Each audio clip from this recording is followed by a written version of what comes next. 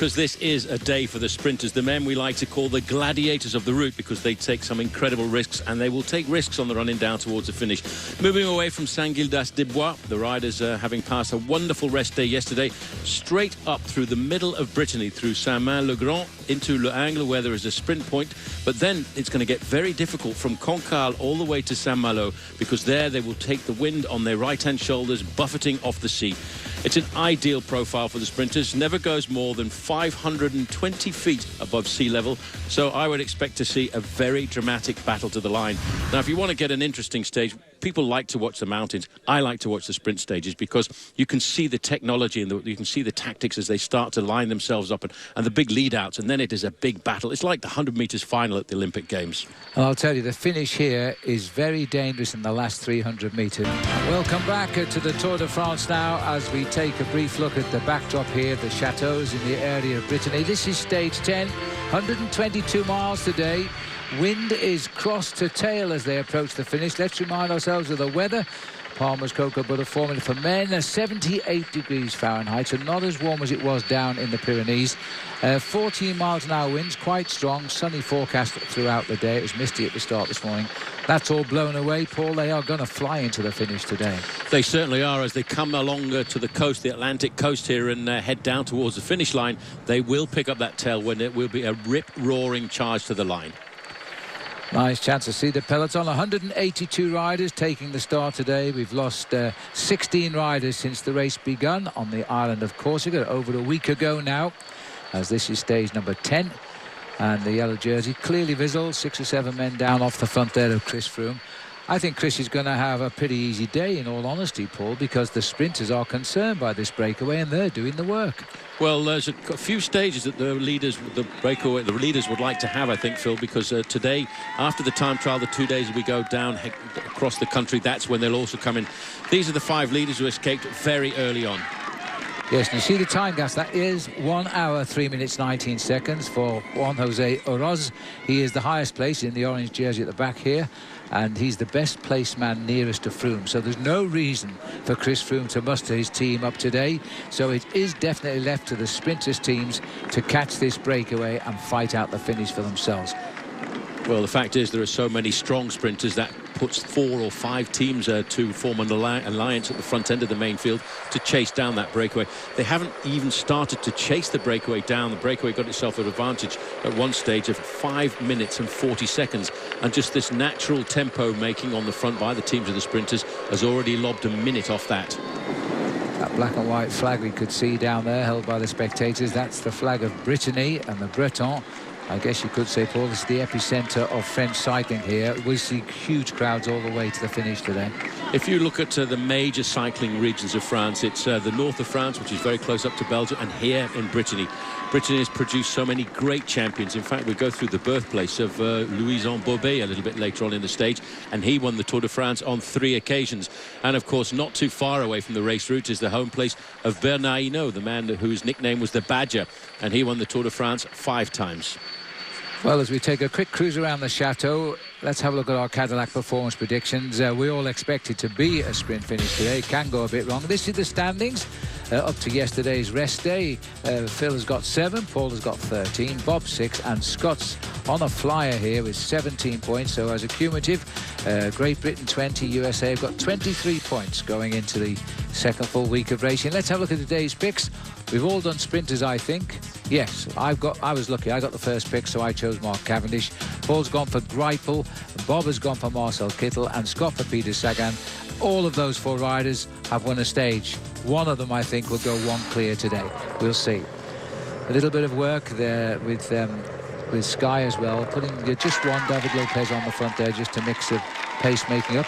And here's what I was telling you about the crowds of Brittany.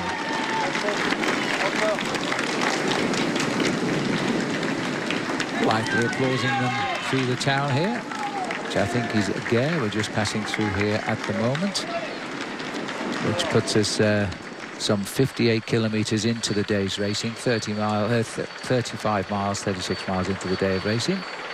4:18. It's coming down. The most they've had is just over 5 minutes, and they've started to hold it a lot earlier than usual.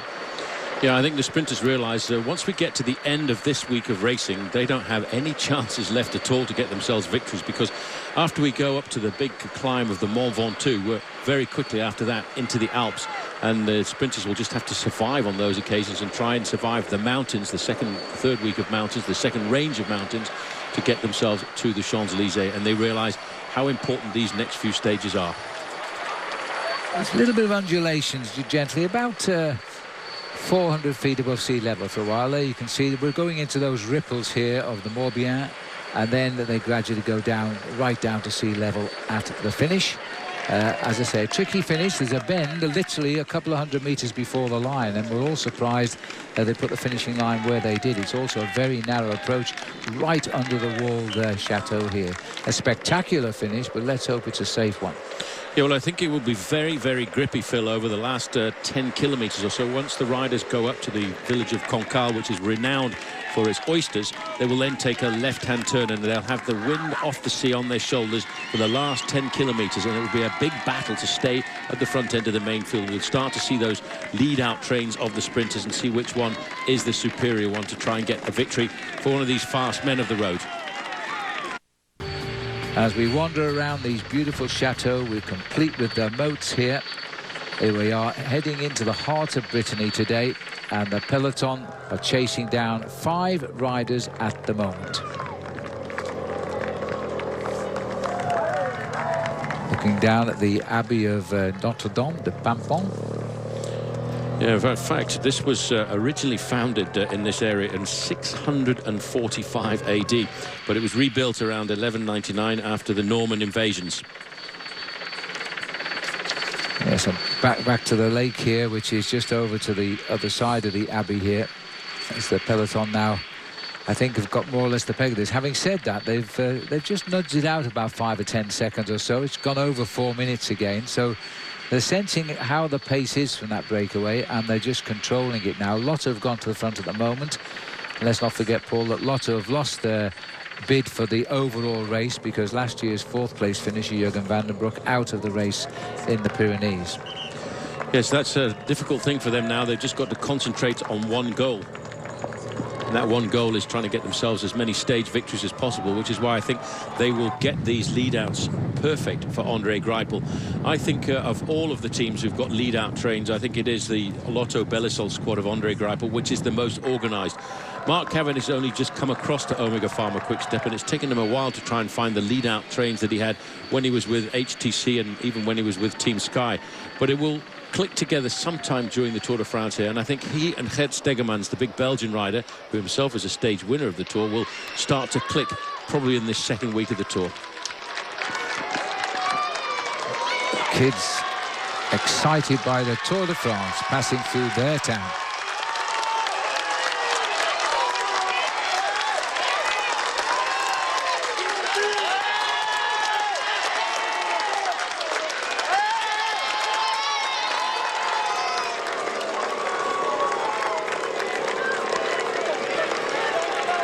So just watching the peloton here under the control of Lotto at the moment, being cheered all of the way, politely applauded by the Breton.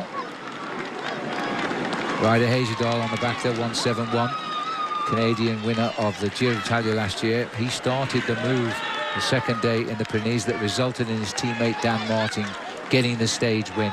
Let's go back inside the race with Steve Perino. Steve, it's a lovely job you've got today in the sun.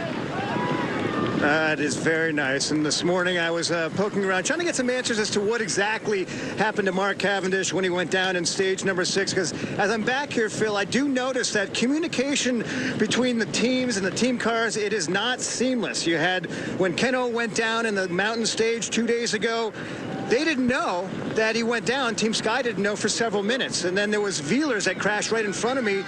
The team car didn't know for another 10 minutes until I told them. In fact, they did not know that Cavendish had gone down in that roundabout until the team car arrived right on top of them. And at that point, the information got to the team, not from one of the team cars, but from another rider that went over to Steegman and said, hey, you know, you lost Cavendish. You might want to go back. At that point, almost too difficult for them to go back. So when I talked to Brian Holmes, how easy it is to communicate. He said, 70% of the time it gets through. The other 30%, we can barely communicate. He says at all times he has a list in front of him, all the real players on his team. He's got 3 guys ready for support. He says, I have about 3 seconds to identify it and communicate to them properly in order for them to be of any use to the guy that has gone down. And that was obviously not the case with Cavendish. But in addition to that, he said that very often they are absolutely on their own out there. He said when things get really panicky, he typically uses English, but then he has to go to French to communicate with Chavanel. He said, if you ever hear me speaking French, I am panicking. Yes, it's we're looking at Mark Cavendish. At the moment, he's having his lunch, but he's quite happy with the way the race is going. The radios have always been very controversial, and they don't always work. That's another good thing as well. Now, I know in Bob Roll's day, he didn't have the choice. There was no race radios in those days, but I think in Scott Moninger's day, he's a lot younger than Bob, he did use race radios. Is that right, boys? Talking about the radios, Bob was saying something about homing pigeons back in his day, but Scott, you race with radios, and you pro or against? I'm very much pro for radios. I probably spent the last 10 years of my career using a radio. And, unlike other sports, we don't have half times. We don't have timeouts. And so you're out there, in the field of battle for sometimes 4 to 6 hours. And you also don't have a single opponent. It's not like, okay, when this guy does this, you have to react to this way. You've got, 21 opponents out there, 21 different teams that all have a different strategy that they're going to employ. So it's very, very, things are changing constantly. Right. So the strategy that you might have set out in the hotel room the night before is certainly going to change based on what those other 21 teams are doing. So I'm very much for radios in terms of the tactical and strategy standpoint. Does it make a difference, Bob? I mean, you see guys like a Bradley Wiggins last year. Would he have not won the Tour de France had he not have a radio? I'm sure he would have still won the Tour de France last year with the race radios. And race radio, I think it's a good development in cycling. We actually did have race radios. My team was one of the very first to use them, the Motorola cycling team, way back in 1991. We were one of the first teams to have race radios, and I liked them a lot. You didn't need as much attention. You could have the race director who follows the race give you some encouragement, tell you what to expect. As far as rider safety goes, they're absolutely critical, and there's a very dangerous part of the course. They can relay that information. A lot of times the communication is not perfect, but it is a good advancement in professional cycling. As the peloton rolls on, Phil, we finally decided that it was during Paul Sherwin's day that they used the homing pigeons and the signal fires. I think they used signal fires back then. Oh, I wouldn't. No. Bob would be brilliant with or without a radio, I can assure. We're looking at Andre Greipel at the moment. Go back up to the peloton. It's always a moot point. The riders really want to use radios for tactical discussions. That's what they really want, and they're slowly phasing out the allowance of using radios, and eventually it will reach the Tour de France as well. But as far as safety goes, yes, they are extremely important. So why don't they have a radio which only links to the chief referee of the race, because he calls everything that happens. Anyway, it goes on. There's now Andre's quite happy, a little rum smile from him as he goes back through the peloton. Early days for the man who's expected to win at the end of the day's race. So everybody coming back into the peloton here. Welcome to the Tour de France, it says up there. Absolutely right. 5 riders setting the pace today. But of course the sprinters are the men with the determination. They know exactly what has to be done, and they want to impress the people of Brittany and Saint-Malo by the time we get down to the finish, to show everybody just how fast the sprinters are as they head towards the line. Andre Greipel is up for it today. This is the town of Saint-Maine-le-Grand now, the home of Louis Mbombe, for the peloton. So as we continue for the main field now to wander through, the gap is still the same. It's almost as if they're locked off. 3:52. This is the Saint-Maine Abbey. Yeah, this abbey, the foundations of it go back to between 1024 and 1028, and it was the older Bishop's Church of Saint-Malo, one of the country's oldest. The relics of the founding monk Saint-Maur are conserved here, and that's where the name of the town comes from as well.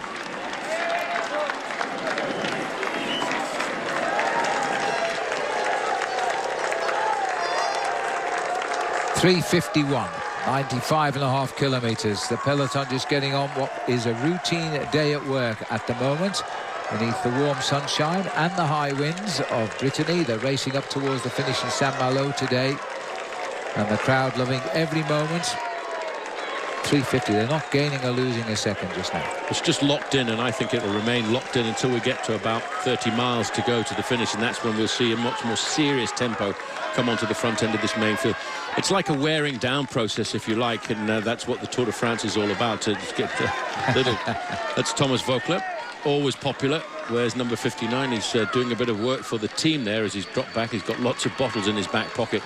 It is not, they're not hanging around here, Phil, because when you look at the long length of that main field, it's not a chase in earnest, but it's a false tempo being set on. And bienvenue au Saint-Mont-le-Grand, le pays de vélo, the countryside of the bicycle racing. In fact, you mentioned that museum for Louison Bobet. I think that's got to be the only museum that a professional cyclist has dedicated to him, to one person. Yeah.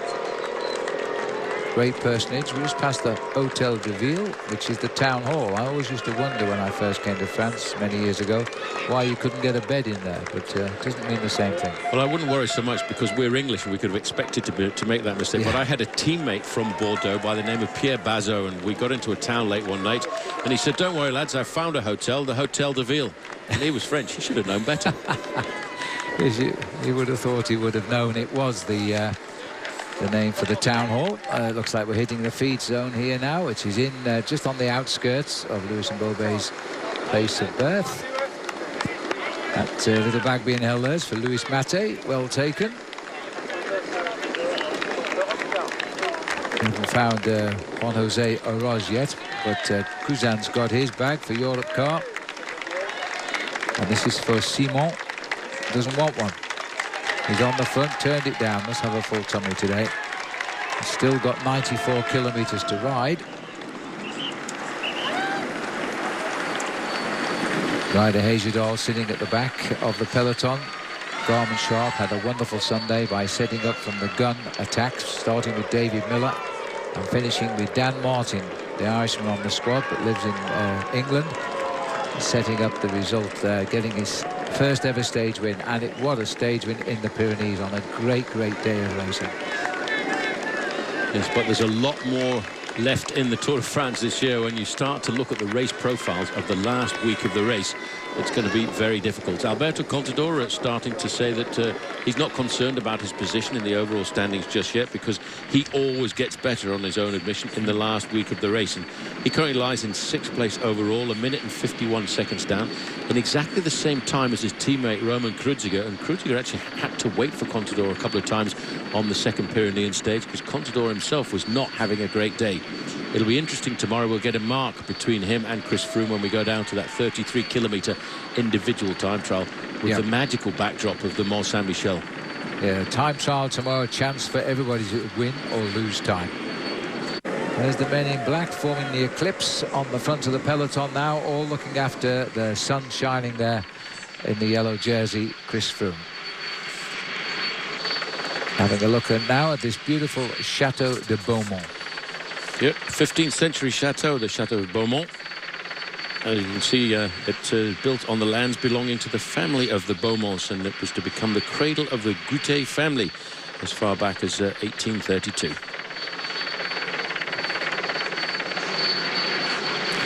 Yes, aren't they beautiful? There's a small castle there too with 15th century round towers off to the right. As the peloton continue on, 3:30 we're saying is now down to 3:27, but ever so shortly we will be up. But it may not be before the sprint. But one thing's for sure, we'll be at the sprint when we come back. Wind, and they'll be happy to be riding through the people as well, because they might get a bit of protection from there. But whatever happens, they're going to have to place the sprinters. For the leaders now, they're 5 kilometres out. That's 3 miles from the finish for the sprints. Now, really, these guys aren't too interested in the sprint points.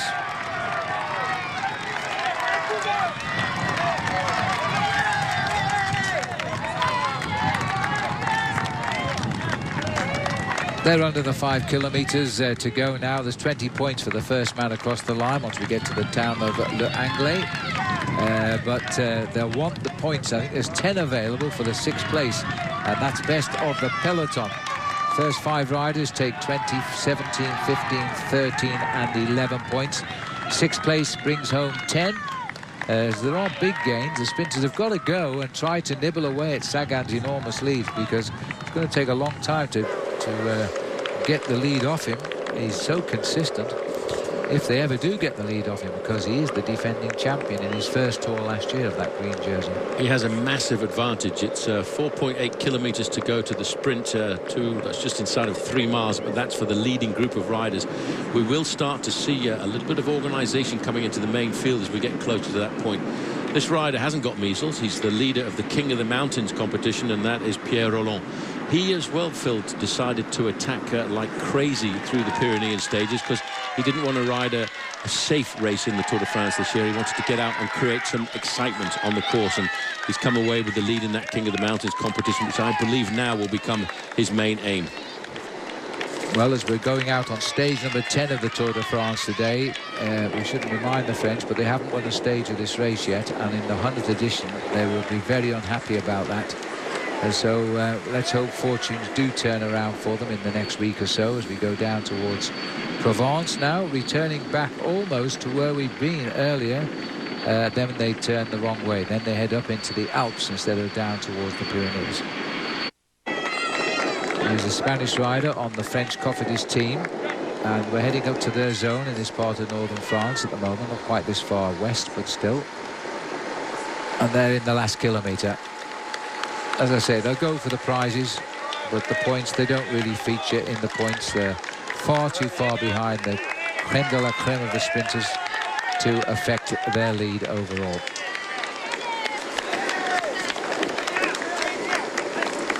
And just look at this, out in the open countryside, and there's a beautiful crowd here watching the sprint, 500 metres out to the line.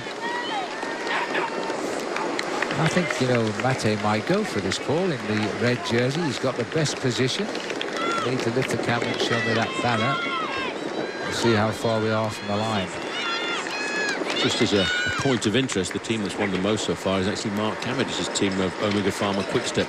They've so far got €32,030 in their bank account. There's the move from Mate. So let's see if we can double the bank accounts for the team, because they've won 1,600, did you say, euros so far? Well, he gets 1,500. He's double the earnings if he stays away for the Cofidis team, and it looks like he's going to hang on. He is a good sprinter for a Spanish rider, and he gets it. And Vesta was second, and Simon was third. So he's just doubled their take with one go for the whole tour.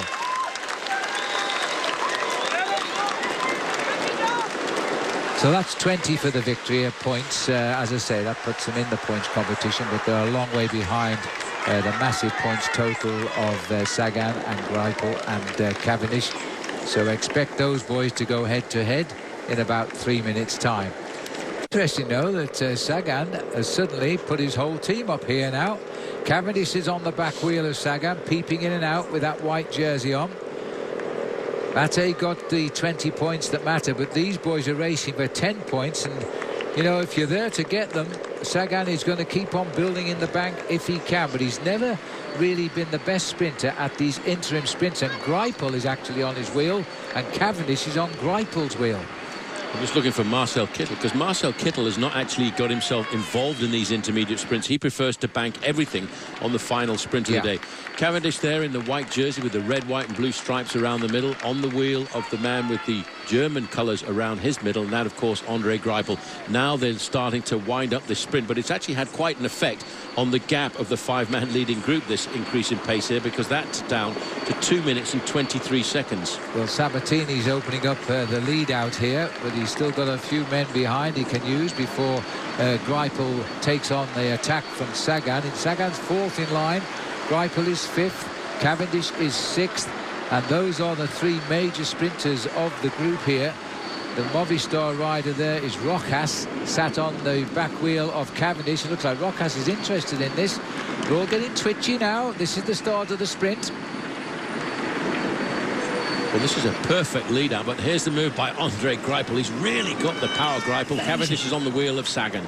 He's gone again, and Sagan's been caught, and once again Greipel cleans up mid-term, and he's beaten Sagan this time, Cavendish, and there was a close sprint there. I think it might have been Rojas, it doesn't really matter.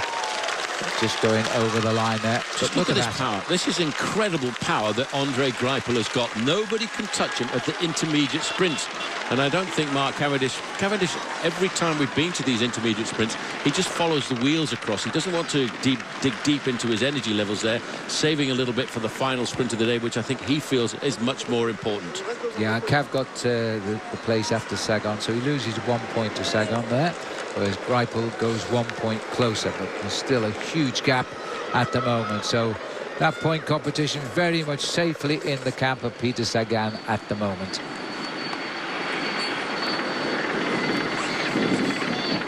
Well, the race goes on, a glorious day. The wind's a little bit upsetting for the spectators because of keeping the heat down, but it's a beautiful day here as we race across this part of northwestern France. Next challenge of the day will be the Côte du Dinan, and that's still a little bit of a ride away, about 10 miles before we climb this small hill just outside. We pass through Dinan first, and the crowds there will be enormous, and then we go over the top of the little climb. So the sprint midterm is over. Sagan has lost a total of 1 point to the men who are chasing him in green, and believe me, he won't lose any sleep over that. Still the same 5 riders. It's been the same 5 riders from the minute the race started today. So for 165 kilometres, 100 miles, these boys have led the way. 2 Frenchmen in here, but the one front left in the green jersey, Julien Simon, he's the local rider, and he's been cheered all the way. That's where the time trial is based tomorrow, out at Mont de Saint-Michel, and it will be only the second time the race has gone there throughout its history. Yeah, it was a big bunch sprint last time, and the winner on that occasion was Johan Museo, if my memory serves me correctly. But this is regarded one of... Thank you, Phil. This is one of the great monuments of France, and it really is a magical backdrop that we will have tomorrow for the individual time trial. 33 kilometres, the individual time trial, and it's the day when the men who want to win this bike race overall have to come out and show how good they are against the clock individually. For me, it will be interesting to see what the relationship is going to be between Chris Froome and Alberto Contador. Absolutely. And I hope the tide stays out for 4 more hours, because our hotel is on the island tonight, and it's linked by a causeway. But what a unique place it is. It's the 3rd most visited place for tourists in France, behind the Palace of Versailles and, of course, Paris itself, which is the Eiffel Tower in that case. And so I hope they're cleaning out my room as we speak. But we're panning around at the causeway here, which is where the time trial will be tomorrow. It's going to be a great time trial. Very few time trials this year in the Tour de France. This is why it does favour the climbers in this 100th edition. But this one is a flat one, and the only flat one, because the next one will come down in the Alps and has got 2 second category climbs during the time trial. So that'll be a bit... Is the right-hand man in blue there? He's got the yellow glasses on, and he is the rider who they're trying to protect here. Could be a man in the time trial, especially down in the mountain time trial in the Alps next week. But his Saxo Tinkoff boys are looking after. We've gone back up to the leaders here. Cousin is putting on the pressure. Oraz is willing to take it up. Wester will follow. They're still racing very quickly in this breakaway. No, they are at 12.5, 13 miles to go to the finish, 21 kilometres. Once they come around the corner, the main field now will be able to see those riders, because that time deficit corresponds to about 500 metres. The difference between the leading group of 5, but it's interesting to see that Alberto Contador knows how dangerous this run into the finish can be, especially with these windy conditions. He knows that the main field can split into 3 or 4 groups, which is why he's prepared to put his team to the front and ride in the first 5 or 6 positions. Nicholas Roach doing the work here. Very strange to see a team with a GC man setting the pace so close to the finish today.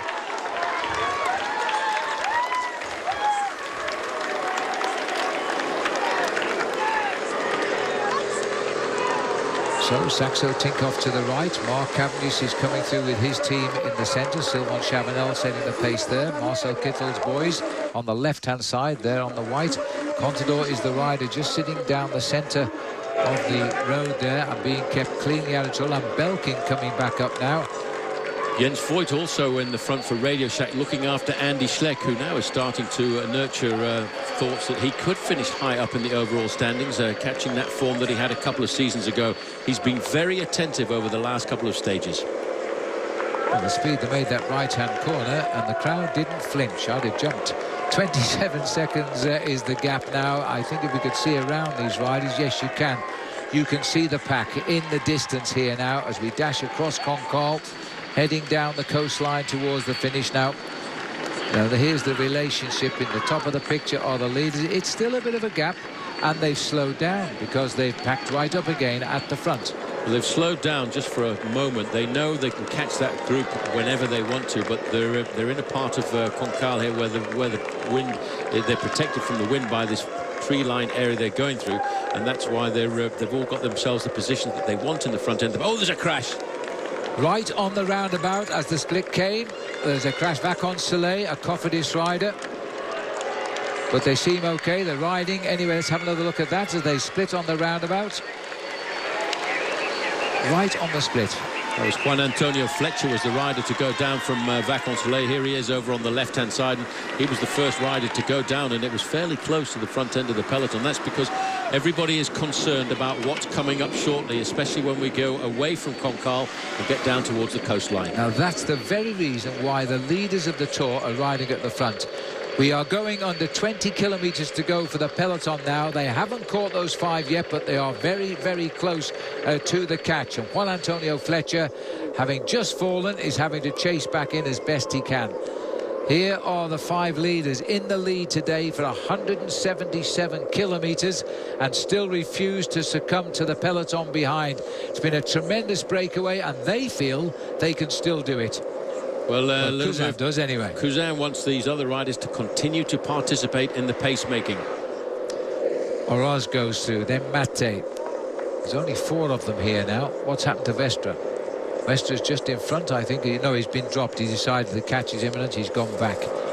Well, I think he's probably read the race very well indeed. You can see the lime green jerseys of the riders from Belkin. They've got 3rd and 4th in the overall standings with Bout Mollema and Laurens ten Dam. Here is Vestra. He will shortly be back with the main field. He pretty much knew the writing was on the wall that we're going to get caught. He just wasn't quite sure when. Well, the Emerald Coast has never looked more beautiful as the riders head for home now. So you can almost reach those leaders now. The sprinters are surely going to have their day now, and they will be the main men of this race, the 4 fastest sprinters in the lead. As we head home now, expect to see men like Greipel, Mark Cavendish, Marcel Kittel, and all going for the finish. Team Saxo Tinkoff, the team of Alberto Contador, who have their own plans here.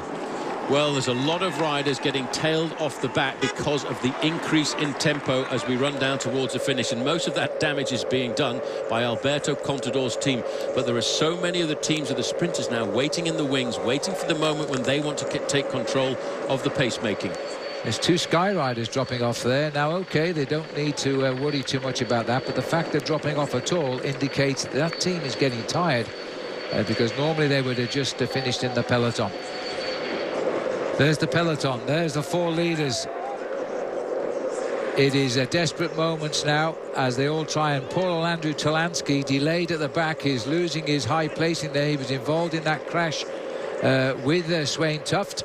This is Ian Stannard on the front for Great Britain. He's been the guard, quite literally, for the yellow jersey of Chris Froome. And that boy is holding off all the wind he can off his team captain. Well, Thomas Voeckler here, number 59, is trying to pace the leader of the King of the Mountains back into the back there. Number 51, that is Pierre Rolland. He's very, very fortunate that he had Thomas Voeckler up alongside him to get him back into the group. And he's done it, so they're happy enough. They'll keep him in the group. Remember, if all the riders finish together, they get the same time. And that's all Chris Froome needs to do. He's no heroics from Chris Froome today, looking for the stage win. He just wants to cross the line and lose nothing of his gains in the Pyrenees. Well, the blue jersey of Garmin Sharp was David Miller on the front of the pack there, and he was looking after Dan Martin, the winner of the stage, a couple of days ago. And with that ride, Dan Martin has moved right up in the overall standings. He currently sits in 8th place at the start of the day. Miller's on the left of our picture now, looking pretty casual at the moment. Dan Martin tucked in nicely behind him. As we look out on the headland again here, racing down towards the finish, this is Du Guesclin Fort. I think it is tucked in the middle there. Yeah, it's built on a small islet and it's only accessible at low tide. Well, I guess the tide is low right now. Flanked by 3 towers, that castle, a keep and surrounding walls. It was built in 1026. The King of England occupied it until in 1207. Now the peloton speeds by, and I want to glance to the beautiful coastline scenery of the Emerald Coast today as they race now. The wind is going to say as much as the riders will in this year's Tour de France for this particular sector. It's a very, very strange finish into the finishing line with a little kick just before we come to the line. And David Miller riding dead centre here for the American Garmin Sharp. Ian Stannard on the right, guiding a British leader of the Tour de France. How situations have changed in 100 years of editions of this race, Paul. Now we talk about British names at the front. Flying along now under the control of Scotland's David Miller, heading towards the finish here. Now we just go inland a little bit, but basically we hug the coast now all the way through to the finish. These are the 4 leaders that refuse to give up. They have been in the lead for 185 kilometres. Lever Wester's gone back about 10 kilometres to go. He thought they were going to get caught. They haven't been yet as they go over the little hill here on the coastline. Yes, but you can see the faces on these riders now. It is pure concentration. I can just see the green jersey of Peter Sagan bobbing in and out in around about 10th or 15th position. This is the chaos at the back. The leader of the King of the Mountains classification, Pierre Rolland, he's having a very difficult time. The gap fill there at 16 seconds is about 250 metres. Yes, and Jérôme Cousin, who was the teammate, by the way, of Pierre Rolland, who's at the other end of the race, still won't slow down. Oroz, followed by Simon, and finally by Mate. 2 Spanish riders, 2 French riders in this group. Keeps looking over his shoulder. Look at the organisation on the left. You've got all of the Argos Shimano riders waiting for the moment when they want to take up their lead-out train for their man, Marcel Kittel. He won the opening stage on the island of Corsica, but now the pacemaking is being left up to David Miller with Dan Martin, the Irishman, who won the stage on Sunday, just sitting in his slipstream. They've made Saint-Malo at the same time as the peloton. They looked over the shoulder. 191 kilometres in the lead. A quick attack by Mate. Desperate moments require desperate things, and it's going to be at least Louis Angel Mate will be the last to be caught. They've been in the lead for 191 kilometres today. Well, they're now all together once again. The teams of the sprint will be interested to see which sprinter's team is the one that's going to take the reins of this peloton this afternoon. Again, Julien Simon still wants to keep going. He wants to keep his name at the top end of the leaderboard. But look what's happening behind. The organisation coming. That Stuart O'Grady takes up the pace behind him. Stuart O'Grady, second oldest man in the race, has got control for Orica Greenedge. They honoured him yesterday on the team back at the start area. Special party for him, and now he's he's the first to close it all down, because now Simon has surrendered in style, I have to say. Orica Greenedge getting the front. They've got a good sprinter in Matthew Goss. Also notice now the organisation of the lime green jerseys of Cannondale. They're taking up the pacemaking over on the left-hand side. 5 kilometres to go. 5 kilometres, 3 miles to the finish. O'Grady for Orica Greenedge, the team that had the dream first week with the stage win with Simon Gerrans. They won the team time trial. They had 2 different leaders on their team for a total of 4 days. Now they're out hunting again, and O'Grady is riding better than ever in his Tour de France. Yep, 17 participations for Stuart O'Grady. The reason he's doing this is he's probably got the nod from Matty Goss to say, look, I can get up there this afternoon. I'm one of the best sprinters in the world too. Let's not forget about Andre Greipel and Mark Cavendish. Matthew Goss knows exactly how to come out of the pack. It's still Alberto Contador's team on the left-hand side, and the yellow jersey of Chris Froome still remaining close to the front. And look at this, Contador, the climber, sitting in second place on the left of the picture with his teammates making the pace. Watch out too for Kwiatkowski in that white jersey. He's creeping up on the left of the picture as well, as they both continue to drive forward now. Everything being thrown to the wall now at 4 kilometres to go. 2 big teams of the sprinters are on the right-hand side there, or the left-hand side as we look from this angle. Contador is third wheel, but more importantly, on the left-hand side of the road, we've got Omega Pharma Quick-Step and Lotto Belisol trying to get this organisation for their sprinters.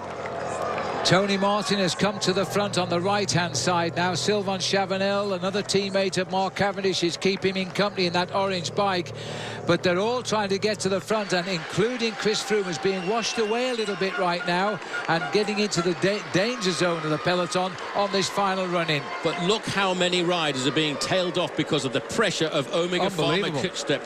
In the line behind them, it's Lotto Belisol. They're looking for control. This is a battle for supremacy of the sprinters teams. Matthew Goss is the third rider on the left of our picture here who is being brought along, and Matthew Goss must be feeling good. That's why O'Grady is working with them at the front. But the big team of Andre Greipel with those yellow flashes at 3 kilometers to go has got Lotto Belisol in situation. They are currently holding the right position over on the left-hand side of the road. A nasty little traffic circles as we get into town here. The peloton splits apart and comes back together again. Lotto Belisol have got to get themselves organised. Now, the best place to try and win this sprint is to hug the left-hand side of the road. A little bit of a disorganisation. A shout going back to Lotto Belisol. Somebody has lost the line. Yes, and Lotto Belisol were the ones to take a knock there because Omega Pharma Quick-Step, the team of Cavendish, have moved over to the left. A little bit sliced out of it by Lotto Belisol because they're still trying to set it up. Orica Green Edge here for another Aussie victory. Well, Lotto Belisol are in the second row there now. They take over the pacemaking on the front. The second place rider there is Marcus Seberg. Adam Hansen is the man in front. The rider who is in fourth position in that line is the Kiwi Greg Henderson. Right on his wheel is Andre Greipel. As they go under 2 to go, in fact, Matthew Goss lost control of that and he's dropped out of it, and his teammate realised he was helping nobody. And so Goss, for the moment, off our screens here now. But Lotto Belisol are all perfectly formed. They know that Cavendish has got his team lined up as well.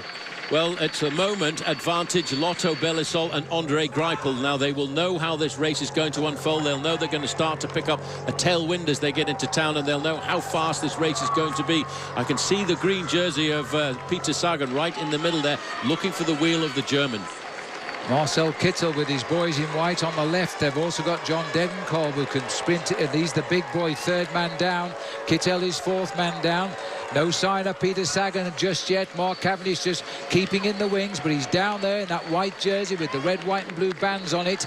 Now remember, this is not a simple last kilometre. They've got a turn, very slight turn, just before they hit the finishing line.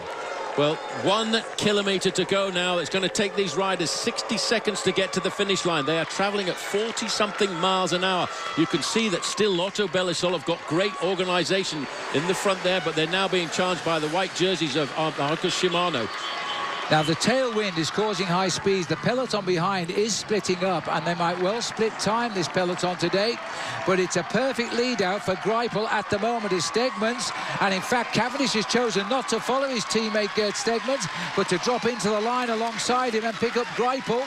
So the big lead out coming by Greg Henderson now for Andre Greipel. Is Greipel going to make this a second stage win for him? Cavendish is fourth wheel as there's a rush up the right of the road now, but as they go towards the line, there's a crash right in the middle there, and that's Kittel who's gone down, I think. No, it may have been Degenkolb as they come off the line. This is Greipel now being challenged by Marcel Kittel. As they come round that bend, it's gone to the photo.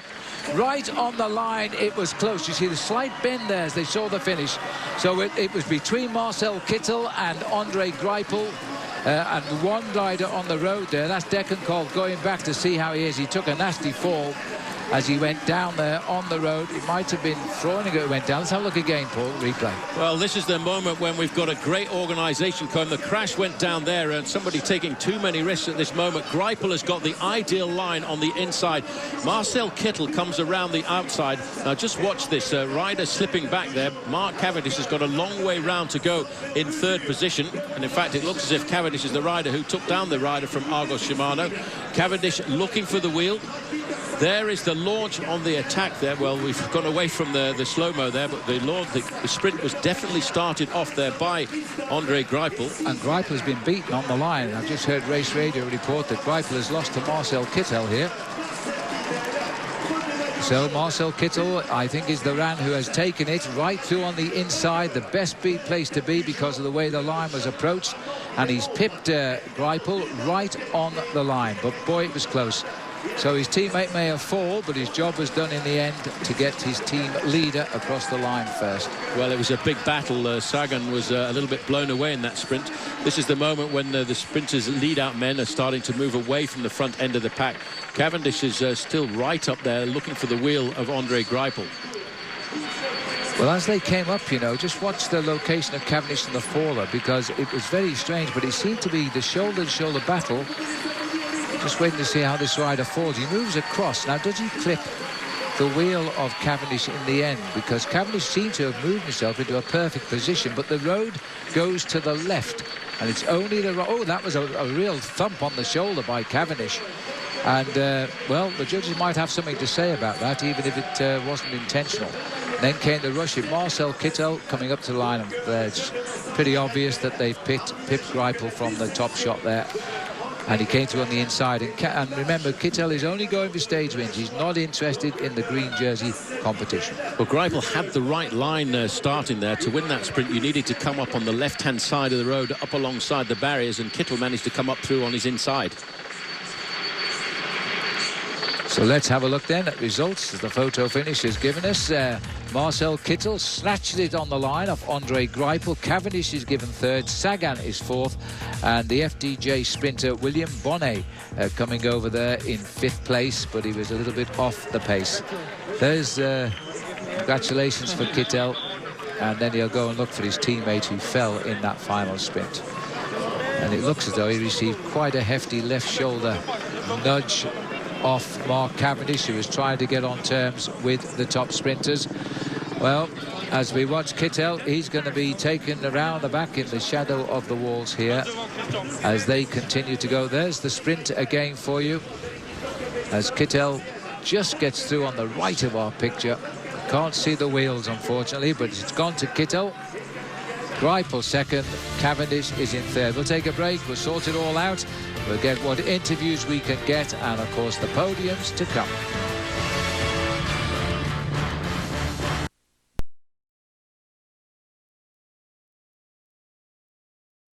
We're right up away from Brittany, leaving Brittany behind us. We are now in the heart of Normandy, moving away from Avranches. We move initially in a southeasterly direction before turning around and heading back up to the magnificent backdrop of the Mont Saint-Michel. It is, I would think, to describe this as a course for a very strong man. It's a power course today, completely flat. There's hardly any undulations to write home about. The rider's biggest enemy, Phil, on today's stage is going to be the wind. Yes, and each other, of course, because every second literally does count today as they turn beneath the Abbey at the last turn before the finish time. Tony Martin still the leader, but there may be changes yet. Philippe Gilbert on course right now, marked to beat 36.29. Gilbert celebrating his 31st birthday, just a few days ago, and he would love to put himself in contention. Probably not going to happen. Bob, as we've talked about Contador, we've talked about Froome, give me maybe one or two other names that folks should be watching for that are still to come that maybe have a shot at winning the stage. Well, Alejandro Valverde needs to do a good ride. Tony Martin's very tough to beat in the individual time trial. Some other stories to follow. The two Dutchmen in third and fourth, Bauke Mollema and Laurens ten Dam. Not great time trialists. They need to do something special. Just behind them is Roman Kreuziger, the teammate of Alberto Contador. So they're in fifth and sixth on the same time, 1 minute, 51 seconds behind the current leader, Chris Froome. So a lot at stake for those four riders that are queuing up, and Alejandro Valverde. Valverde needs to do something huge today. He's not a great time trialist, and his second place in the overall standings very tenuous at this point. A lot of mountains left, another individual time trial, so still a tremendous amount of Tour de France to go. Just half the stages, unbelievable amount of action so far in this year's Tour. It's going to be great all the way through. As we continue to watch Philippe Gilbert on BMC go through the paces, let's talk about his teammate TJ Van Garderen, an American who's pretty solid at the individual time trial. TJ Van Garderen made a name for himself last year in the Tour de France, which was a very time trial-centric race. Lots of long, flat miles against the clock. Bradley Wiggins dominated last year's individual time trial proceedings, but TJ Van Garderen in the white jersey was very solid in the individual time trial and came close to Froome and Wiggins in this particular discipline. Watch for TJ to do a good ride today. And quickly, smiling face here and calling for more from the crowd. Here's the Frenchman, Amael Moignard, teammate of Cadel Evans and TJ Van Garderen, the American.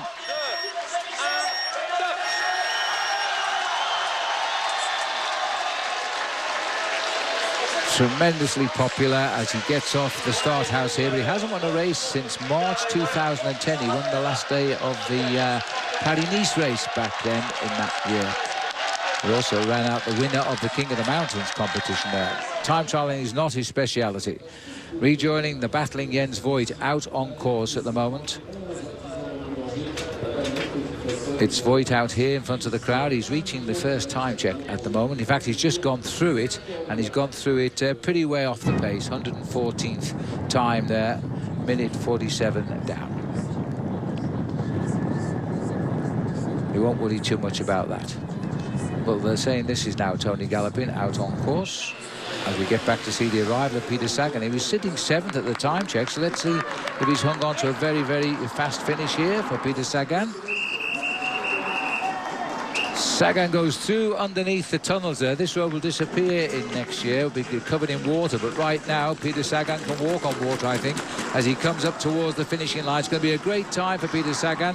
Maciej Bodnar is the champion of Poland at the time trial. He sits in 7th place, and he's been displaced by Peter Sagan. 38.47 for Peter Sagan. He can time trial as well as sprint. Well, he was 10th at the first time check, Phil. He was up to 7th at the second time check, and I think that's a fairly impressive performance by a guy who's better renowned as a sprinter. Well, it's an outside chance to get green jersey points in the time trial. So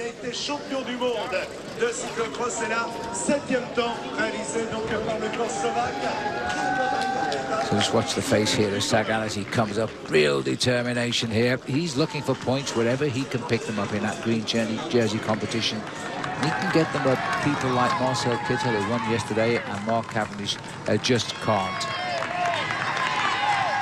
So as looking here at Jens Voigt, let's take our first visit inside the race with TireRack.com and Steve Perino. Steve.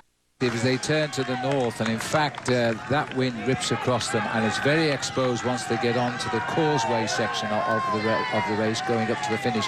They pass the finishing line on the right shoulder before they turn right beneath the Abbey and race down to under what we call the passerelle. It's a public walkway, and then they pop out, and there's the finishing line. Quite a tricky little close. It's not one you'd ever use for a road race or for a sprint, that's for sure. 20 kilometres to go there. As we move back down the road here, we pick up Arthur Vichot. He's just made his start, champion of France in the road race. That's why we're not seeing him now in his red, white and blue jersey of the time trial, because he's not the champion of the French time trials. And he's wearing his team colours now, Team FDJ. Having a pretty solid tour for the French champion. He was a surprise winner of that championship, but making the most of it. A very proud moment for a Frenchman to wear the tricolour colours of France in the Tour de France in its 100th edition. This is Fletcher coming in here at the moment, challenging the times of around the 20th place. Might be a little bit better than that. Anthony Delaplace is in 17th there. You can see now it's slipping away. It's a bit of a way up to underneath the passerelle and the long ride up towards the finishing line, but Fletcher's in safely. 19th place for Juan Antonio Fletcher. Another very reliable, solid professional, and always can be relied upon for good performances, even in the time trial. One actually in Greater Palm Springs, where we saw the temperature hit 111 degrees. So that's Tony down below us, leaving this lovely Norman town of Avranches. Not surprised we have a big crowd here. We once had a very long team time trial in this area. So looking down at the polka dot figure down there, it's a jersey actually that's being worn by Pierre Roland. He's yet to go. American tank down in the square here in Avranches. This is the Patton Square actually. It's named after George Smith Patton, who was the leader of the 3rd US Army during Operation Cobra during the Second World War in 1944. TJ settling down. 35.01. 50th place is his overall. That's how much he's lost. And we never expected we would say that on stage 11 of this year's Tour de France. Let's go back down to the finishing line then. This is Thibaut Pinot, another man who is very disappointed with his performance this year. Well, he finished in the top 10 last year, Phil, and he was a guy that many people had the hopes of France on his shoulders to do well so far this year as well. Yes, Thibaut Pinot, he says he's just simply lost his nerve on the descents, and he could not descend in the Pyrenees. He was with the groups, and he just simply dropped off on the way down. And so let's hope he can refine himself. He said, I shouldn't be in the Tour de France, but a lot of people are trying to help him now mentally recover from the Pyrenees. Anyway, TJ Van Garderen has been just over 2 minutes underway now as he settles down there. Are we watching TJ regaining a little bit of the time he lost in the Pyrenees? The overall distance today, 20.5 miles. It's not far, but it's all about time today. We'll see you in a moment. Watch here, out on course, TJ Van Garderen. We'll check in now inside the race with Steve Perina. Where are you, Steve? Phil, still having made my lap, I'm about to get on the course again. And this morning when I was talking to Omega Pharma Quickstep's Rolf Aldag about Tony Martin and his preparation. Rolf Aldag is a sport and development director, not unlike your man TJ Van Garderen out on the course, very fastidious. But I was unbelievably blown away when I saw what he was holding in his hand. And I've sent you guys a picture. It is their hit list for today, the things that they want to hit on this course. We're calling it not that technical. Aldag has a different idea. 52 entries on the first 30K. And the one that got me was, I think, about 2.5 kilometers in. It says Tony Martin needs to put his head up. He needs to go to the outside of his bars and needs to back off a little bit. And as you go down that list, it tells you every spot on the course with a slight variation, exactly the tempo needs to hit, what hand goes on what handlebar, and the detail there, unbelievable. Even though we say it's not a technical course, Tony Martin taking it down to the very, very details. And as you can see, at this point, it has clearly paid off. Absolutely. Thanks very much for that, Steve. We did see what you were talking about. We've shown it on the screen here, and I just don't know how the riders remember all that, but they've all ridden the course this morning before they took to the start, especially Tony Martin. So as we continue here, just for the moment, to watch TJ Van Garderen, let's remind ourselves of the great tour so far by Orica Green Edge. And it was Team Orica Green Edge who put this fun video together. So into the start house with the other Canadian here, Ryder Hesjedal, the first Canadian to win the Giro d'Italia last year. He's in the start house now. He's 142nd in 40th place overall in the Tour de France, 142nd to start, 182 riders in the race overall. Hesjedal was the rider who tweeted the other day, apologised for crashing into the British rider and knocking him off down into a ditch during the race into the Pyrenees on day 2 of the Pyrenees, and that was Peter Kenyuk. This is Dumoulin coming up to finish. This is Tom Dumoulin who's racing up towards the line, and again this is a young man in his first tour and riding extremely well, and obviously at this stage still strong in the Tour de France, because that's the 5th best time for the moment. That's the first time we've rocked the top 5 for quite a long time here. Argos Shimano's Tom Dumoulin. Incidentally, if you're watching the race yesterday and you saw that crash at the end when Mark Cavendish clashed shoulders with Tom Wiehlers and Wiehlers hit the deck, there was no penalties applied to Mark Cavendish. In fact, the referees seemed to blame Tom Wiehlers for moving off his line, so there was no penalty to apply and no further action taken. He's the leader of Garmin Sharp, but he's not the best place. He had a rough ride also in the Pyrenees. As so many riders did, they didn't come up to the plate, but they were knocked around because Hesjedal rides with a cracked rib almost from day 1. And so he's struggling all of the time. Back here with TJ Van Garderen, heading out towards the second check at 22 kilometers. Is he holding on to that second place overall? We hope so, but we'll find out. The clock never lies. Through today. No change in the overall. The world champion, Tony Martin, still on top. Now, I'm sure this was once one of Bob Roll's favourite disciplines. Would I be right, Bob? In my dreams, I dreamt of being a great time trialist. In reality, I was much better at classic-type races and doing the teamwork for the team bosses. It was very important, though, isn't it, Bob, for these guys, if they want to have any impression in the overall, they've got to pull out their best performances today, and it's such a short burst. Oh, absolutely. The top 20 guys, so prestigious to stay in the top 20 in the Tour de France.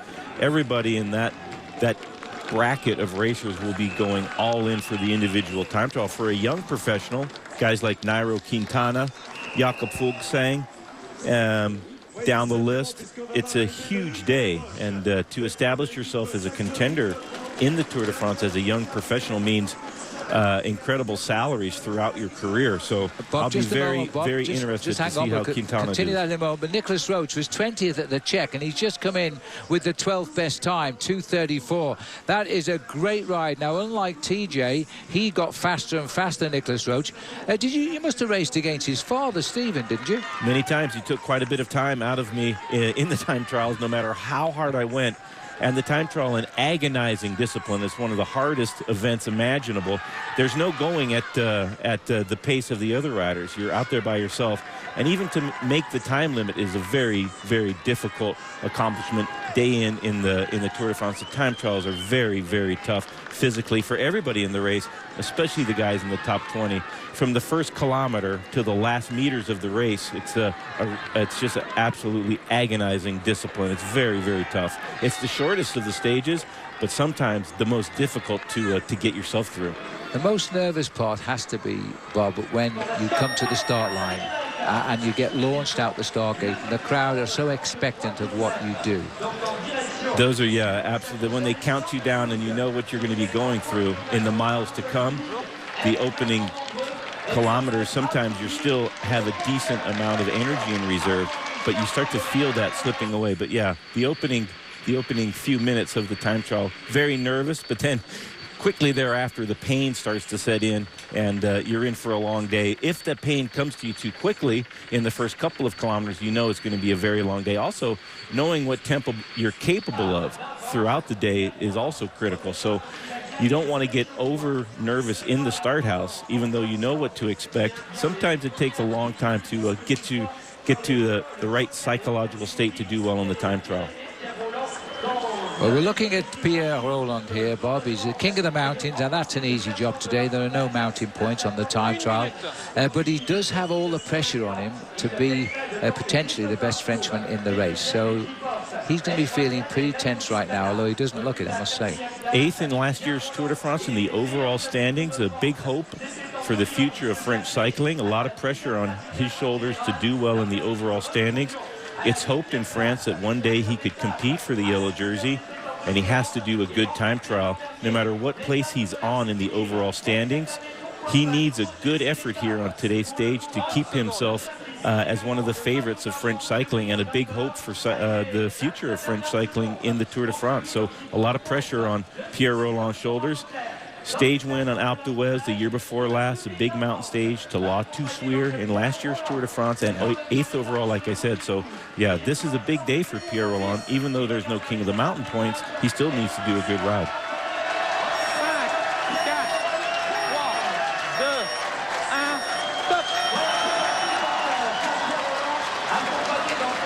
Well, you know we're in France, Bob, because he's just launched out of the start house. You can see the same pictures I can see. And Pierre Rolland now dancing his way down the streets of Avranches. Now, I'm hearing that Richie Porte went through with the 6th best time, but our computer seems to have taken the afternoon off. As we catch up now with Richie Porte, and there we can see 7th best time confirmed, 25 seconds off the pace of Tony Martin. That's a pretty good performance. Now, if he started sensibly, we could be having a little bit of a surprise here from the United Kingdom's Richie Porte. That's only because of the team. He's actually in Australia. Lovely time trial roads. There's a certain amount of skill required on this course because it's not a dead straight road where you have to really dance in and out this, as Steve Perino told us earlier. Let's go inside the race again with Steve Perino. Steve. Well, Phil, we're just getting ready to launch with Andrew Talansky, and had a chat with his team director and said, you know, the white jersey right now, it's pretty far off in the distance. They're kind of taking the long view with Talansky, and that is to learn from these experiences in these grand tours. He's only been in one before. And as for his time trial today, they say the body reacts differently once you're on a course for 10 days on how it will respond. So today it's a learning experience for him. If it weren't the 10th day in, they say a guy like Talansky, he'd be able to get inside the top 5 even. Whether or not he can do that today, if he can, that'll be a great sign that his body knows how to react after 10 days of hard work. Well, Andrew Talansky is a time trial winner in the Great Early Classic Paris-Nice. He comes from Miami in Florida. Conditions are perfect Miami conditions today. Let's see him on his way.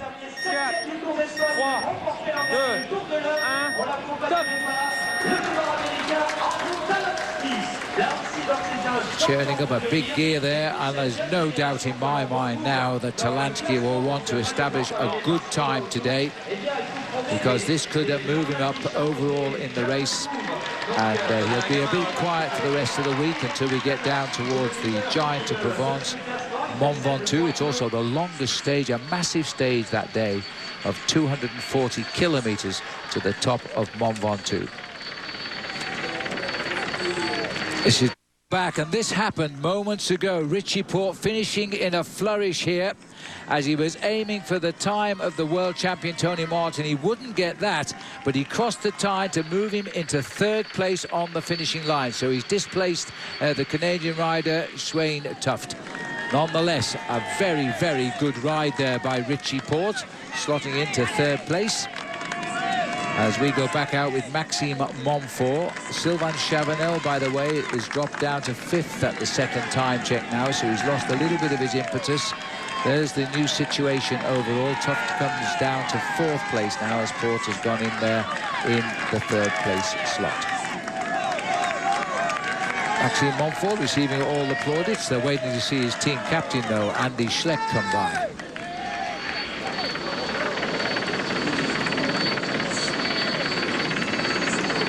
The lonely figure of the time trialists as they wander out amongst the cornfields here and the maize fields.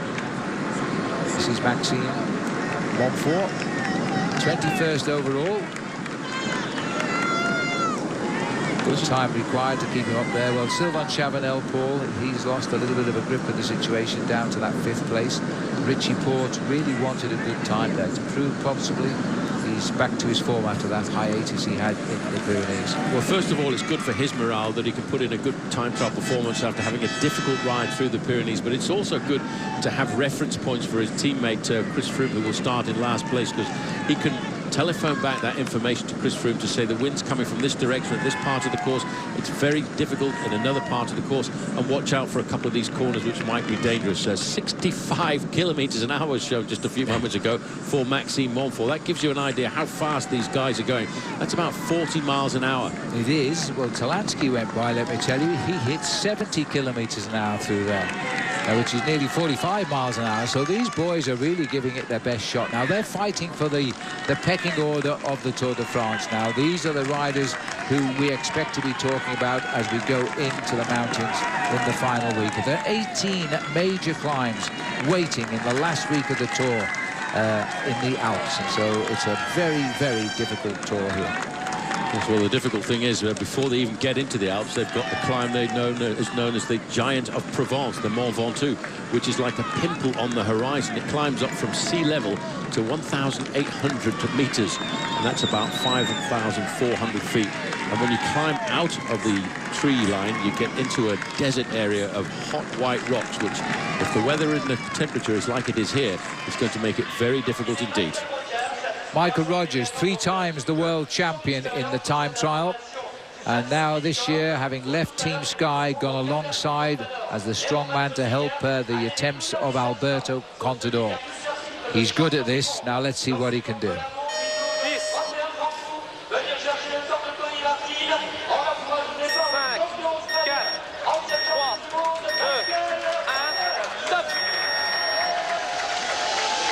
Out he goes, out of the start house. We'll see. I think he'll try to do a good time today. Well, this man is...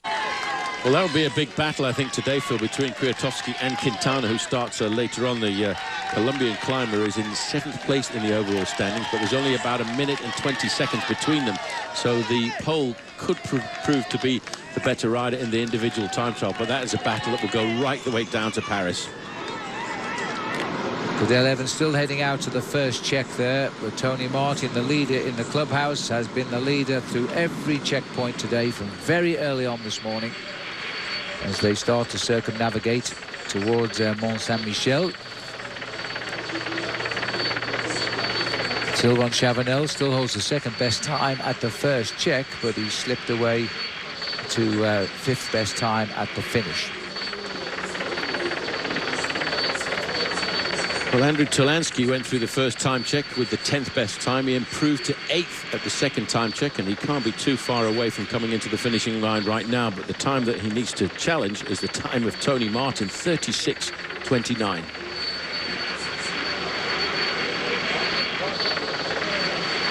Overall, no change at all, and I don't think there will be, but it's a question of how much time will Chris Froome, if he is to be the next best time trial on the finish board, how much will he gain over his main rivals in the Tour de France? Well, big time gaps.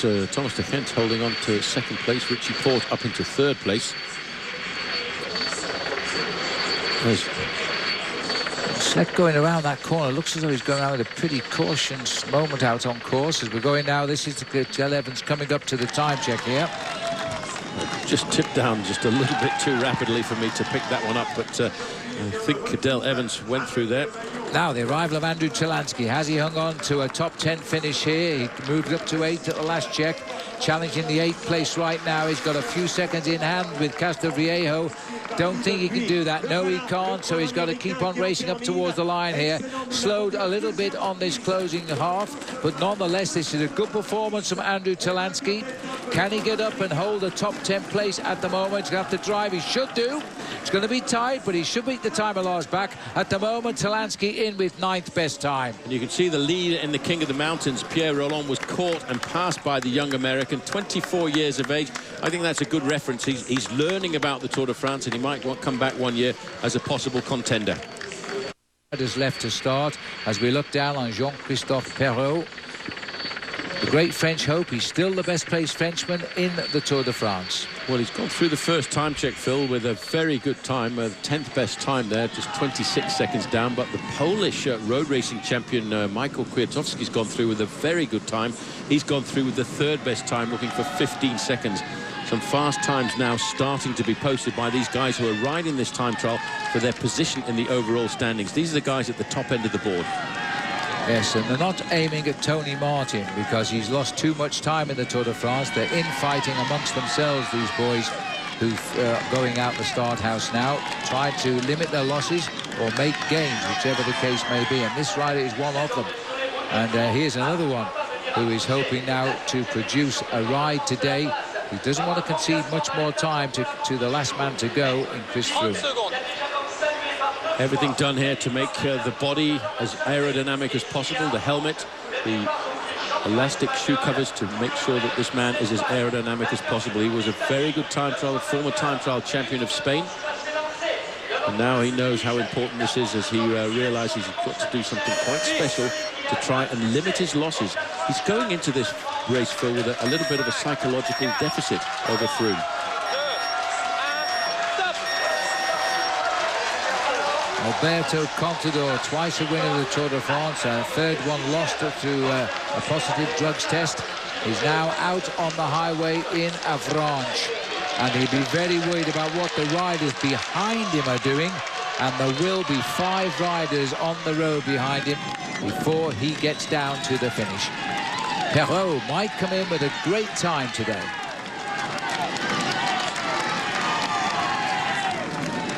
14th overall, 3:29 behind Chris Froome, but Jean-Christophe Perrault carries all of the hopes of France here for a high finish. He's had a pretty high finish before in the Tour de France.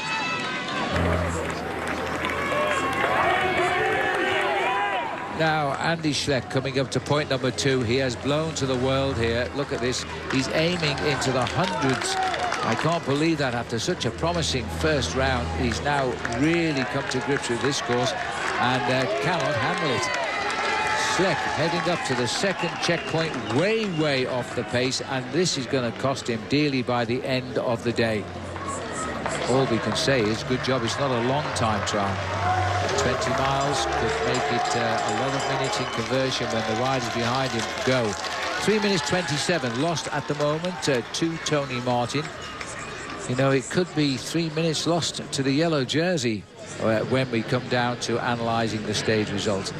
10:54 a.m. That's the Eastern Time start time for Chris Froome, as he now gets ready to try and increase his lead in the Tour de France and not lose any time at all. This man, though, is still on top of the leaderboard. Tony Martin. Flipping off that corner, but taking it wide off to the other side of the road as he gets around it.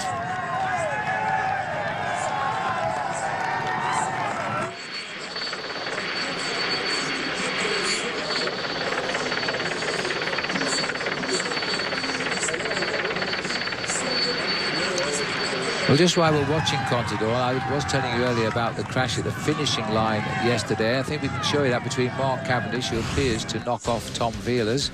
Cavendish is the right-hand side with the stripes on. He's trying to chase down the wheel of Greipel in front there. And it looks as though he just leans into him and puts him down. Now, there was no penalty for that. The road actually doesn't show it, but it bears to the left. And that was what he was looking at. Here's the collision again. And down goes Wiehlers. Cavendish knew he'd fallen. Couldn't catch Greipel. Well, as he came up to the line, the referee said, in fact, it was the fault of the rider who fell. And there was no penalty applied to Mark Cavendish. But I hear that at the start this morning here, the fans were not too kind to Mark Cavendish. And I'm just thinking, Steve Perino, perhaps you can tell us a little bit more about that Cavendish-Wiehlers situation. Well, I'll tell you, Phil, the People's Court is voting as Cavendish was passing through. We've stopped a couple of times to wait for riders, and we've heard in a number of instances they've been shouting profanities at Cavendish, referring back to yesterday's crash. And then the ultimate insult, there was a rumor that someone threw some urine on him, and so far that rumor has now been confirmed by Omega Pharma Quickstep. So an unpleasant day, certainly following the crash for Cavendish. Yes, and I have to say, the sort of thing we don't want to see in the Tour de France as well. And this is one of the tweets that he's had. Ashamed when my friend at Mark Cavendish said me that he was insulted. So let's go back to the finish, because this is now Cadel Evans coming in as he hits the line. 14th place, 2:29 down. There's 2:29 on the world champion. He'll wait to see now what that means when the rest come in. So Cadel comes in. He never really improved too much out on there, Paul. Always based on the world champion's time. As Boat Maremma goes out, he is the third from the end now. He'd be more interested how his time stands up with these last half a dozen riders to go. Yes, he certainly will. Kreuziger here. Yeah, Kreuziger is in 5th place in the overall standings, 3rd in the recent Tour of Switzerland, a rider who many people have often thought could be a challenger for the overall victory in the Grand Tour. But in fact, here he's a teammate of Alberto Contador. Strangely enough, this rider is in fact ahead of his home teammate in the standings, only by a fraction of seconds. But the interesting thing will be if he can actually beat his own teammate in the individual time trial. He has said that the whole of this team have come to look after Alberto Contador, but it appears that Contador has gone into this race in a negative way. He's talking about how much time he's going to lose to Chris Froome. Chris Froome is reported to being said that he can't wait to get out on the course. He's very cool, calm and collected, sat there in the chair. As we go back out on course, interesting what we've seen that check now of Quintana, Paul. He's conceded quite a few seconds already to Kwiatkowski. I think it's about 38 seconds. I think he's lost already at the first check. So his white jersey is in danger to Kwiatkowski out on course here. Could be reclaiming it at least before we get into the Pyrenees. Yeah, well, that could be a massive, big battle once we get to the Mont Ventoux and then into the Alps towards the last week of this race. Chris Froome is not the best time trialist in the world. You can't put him up alongside somebody like Fabian Cancellara, but he did finish in 3rd place in the Olympic Games in the individual time trial. Yeah, I have to say the Olympic Games doesn't have the same quality of field as the World Championship, because they're restricted by entries per country. Whereas it's the good ones get the right, and that's it at the World Time Trial Championship. But nonetheless, he finished just behind Tony Martin and Bradley Wiggins. Now Contador, check 1, 9.5 kilometres. Let's see, he's only on 11.19 here now. 10.21 was the time of Tony Martin. 11.19, but pushing way down the standings at the first check. But I think he's gone a bit quicker than that, because he's coming up on our screen. He's after the check. He's gone through at 25 seconds off the pace of Martin, so that's not bad. No, it's not bad at all, I don't think. Looking now as we go back into the start house here now, Alejandro Valverde, the penultimate rider to start, and then the 3-minute wait to Chris Froome. Now, he goes out the start house, 1:25 off the race lead. And 3 minutes now is when Chris Froome will start to chase him. Alberto Contador's gone through the first check in 10th place with 10 minutes 46 seconds, 25 seconds off the time of Tony Martin. And as there are 3 riders 25 seconds slower, he is the slowest, but split by tenths of a second. Andy Schleck coming into the finish. It is not going to be good news at all, this. Andy just exploded all over Normandy after the first check, but he was going pretty well. And then he dropped right out of it. Look at this, 95th place being challenged. That will go by. He'll be outside the top 100 times. This is an absolute disaster for Andy Schleck. 109th place, 4:43 conceded. Well, it's not to be not a surprise, really, because we've always known that that was his Achilles heel, his time trialling ability. And as he looks down there, a little bit despondent with that performance. Chris Froome in the start house now, and he's 30 seconds from going. He's the last man in the Tour de France and 182nd of the riders, but he's the #1 man in the race. The question everybody's asking, can he build a bigger lead, or will his wings be trimmed?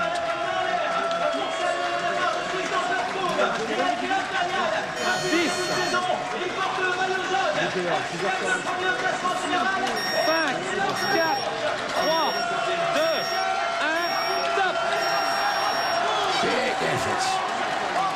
The television camera picks him up. He drives in front of an enormous crowd here in Avranches as Chris Froome now settles down.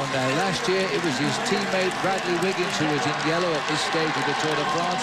Wiggins out with injury. Froome is the leader of the team, and he's in yellow this time. And also at the finishing line, Christophe Perrault taking 13th place as he sprints home, and a very good ride by the French veteran.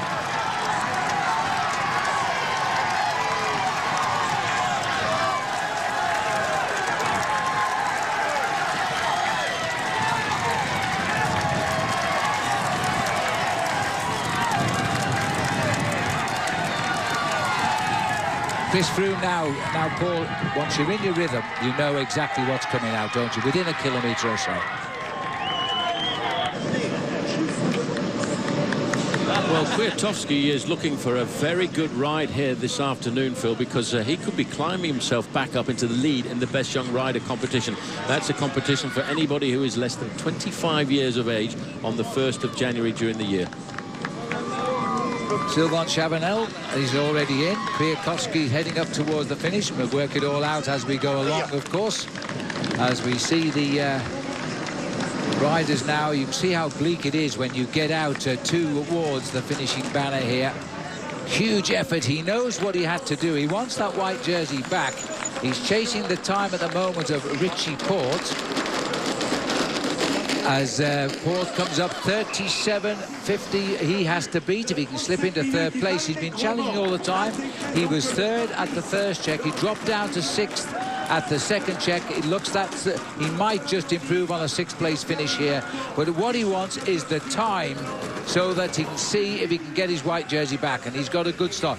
Very good ride. 4th place for him. Phenomenal speeds that will really damage the climbers. Climbers, I think, be slightly more favoured when we go to the second individual time trial, because that one has 2 second category climbs in it. But Rodriguez is losing a huge chunk of time here at the second time point out on the course. Yeah, he'll be lucky to be 46. He's gone through 26.58, 2:16 conceded, always based on Tony Martin's time. He's done the best time at every check, and we don't seriously expect that time to be beaten. But people are talking about Chris Froome, who is absolutely going to give us our first time indication how quick he's going when we get through to the check. Lawrence Ten Dam has gone through in 27th place, 38 seconds off the speed. Ten Dam starting the day in 4th place overall. Well, in fact, Roman Krujciger's done a very good performance at the first time check, because he's only 2 seconds off the pace of his teammate and leader Alberto Contador. He went through in 13th position at 27 seconds. Contador now coming into the section of the course where the wind is really becoming the rider's enemy. Yes, we've seen riders go through with great times at the first check and then gradually drop right away at the second check and, of course, at the finishing line. You can see the strength of the wind there. It's now coming across the road here as we watch the elliptical chainring here of the yellow jersey. Well, the reason for that elliptical chainring is that the idea is to try and eliminate what they call the top dead center. It's very difficult when you have the pedals up at the top to get it over the top, and that's why this elliptical chainring has been adopted by a number of riders. You could see that although he's not got a really good aerodynamic position, Chris Froome, he has got the ability to pedal at a very, very high cadence. He's pedaling there about 100 revolutions per minute. Keeps his hands in the middle of the handlebars as much as possible, a little bit like a downhill skier, to make the front part of his body as aerodynamic as possible. Chris Froome, who seems to have a personality change when he comes on the bike, very much Jekyll and Hyde. He's such a nice guy off the bike, but once he's on it, he is so focused and determined. This is Alejandro Valverde, second overall at the start of the day, 1:25 behind Chris Froome after 10 days of racing. And you can lose all of that and more in just 20 miles or 33 kilometers of racing today. Well, everybody's chasing the times that have been set by the current world champion in the individual time trial, Tony Martin, but nobody has yet been able to get close to him at all. Situation at the finish is Martin, De Gent, Poort, Kwiatkowski. This is Lawrence Ten Dam. He's been replaced at the check now by his teammate Mollema, who's gone through in 14th. It's time for the Road ID pop quiz, and for answers to the previous questions, go to roadid.com. And today's question: who was the first African-American world champion cyclist? Head on over to roadid.com/TDF to make your prediction and enter to win daily prizes and a VI trip to Paris for the 2014 Tour de France. Contador having a private battle with his teammate Kreuziger. They're split by 2 seconds on the road at the moment in favour of Contador. We'll take Contador come through here, and he still hasn't got there. He is now 11th place at that point, measured on Tony Martin. I can tell you that Chris Froome just gone through the first check with the best time. He's ahead of Tony Martin by 1 second at the first check. So Froome, the yellow jersey of the Tour de France, now has the best time on course. There he is. He's just passed through that time check. An amazing result, really, but remember, everybody's gone through this check with a quick time except Tony Martin, have slowed down over the rest of the course. But there's confirmation. 10 minutes 20 seconds, 1 second quicker than Martin. The yellow jersey looks as though he's very comfortable on his shoulders just now. As he continues to get on, the crowd, huge crowd along the route today, watching the last man in the start order of the Tour de France, but the first man in the overall classification. Now, as he continues on with the best time so far, let's go inside the race again with Steve Perino. Steve. Well, with Contador not too far back, maybe that corroborates what his handler Jacinto Vidarte said this morning, is that his feeling is perfect. I think Contador expected to lose some time, but maybe didn't expect Froome to be so fast. Also to note, Bjarne Riis, the director for Saxo, who left the Tour July 5th, handling the affairs of this doping allegation, he is back and in the team car behind Contador. Well, maybe that will inspire him, I don't know, but Contador has got a lot to do now to keep in touch with this. He's 26 seconds behind Chris Froome at the first check. Well, he's done what we all, I suppose, in some ways expected, Paul, but Contador conceding 26 seconds to Chris Froome at that first check. Valverde, 25 seconds. Froome is now setting the standard, but must be aware that everybody else has slowed down from that checkpoint on.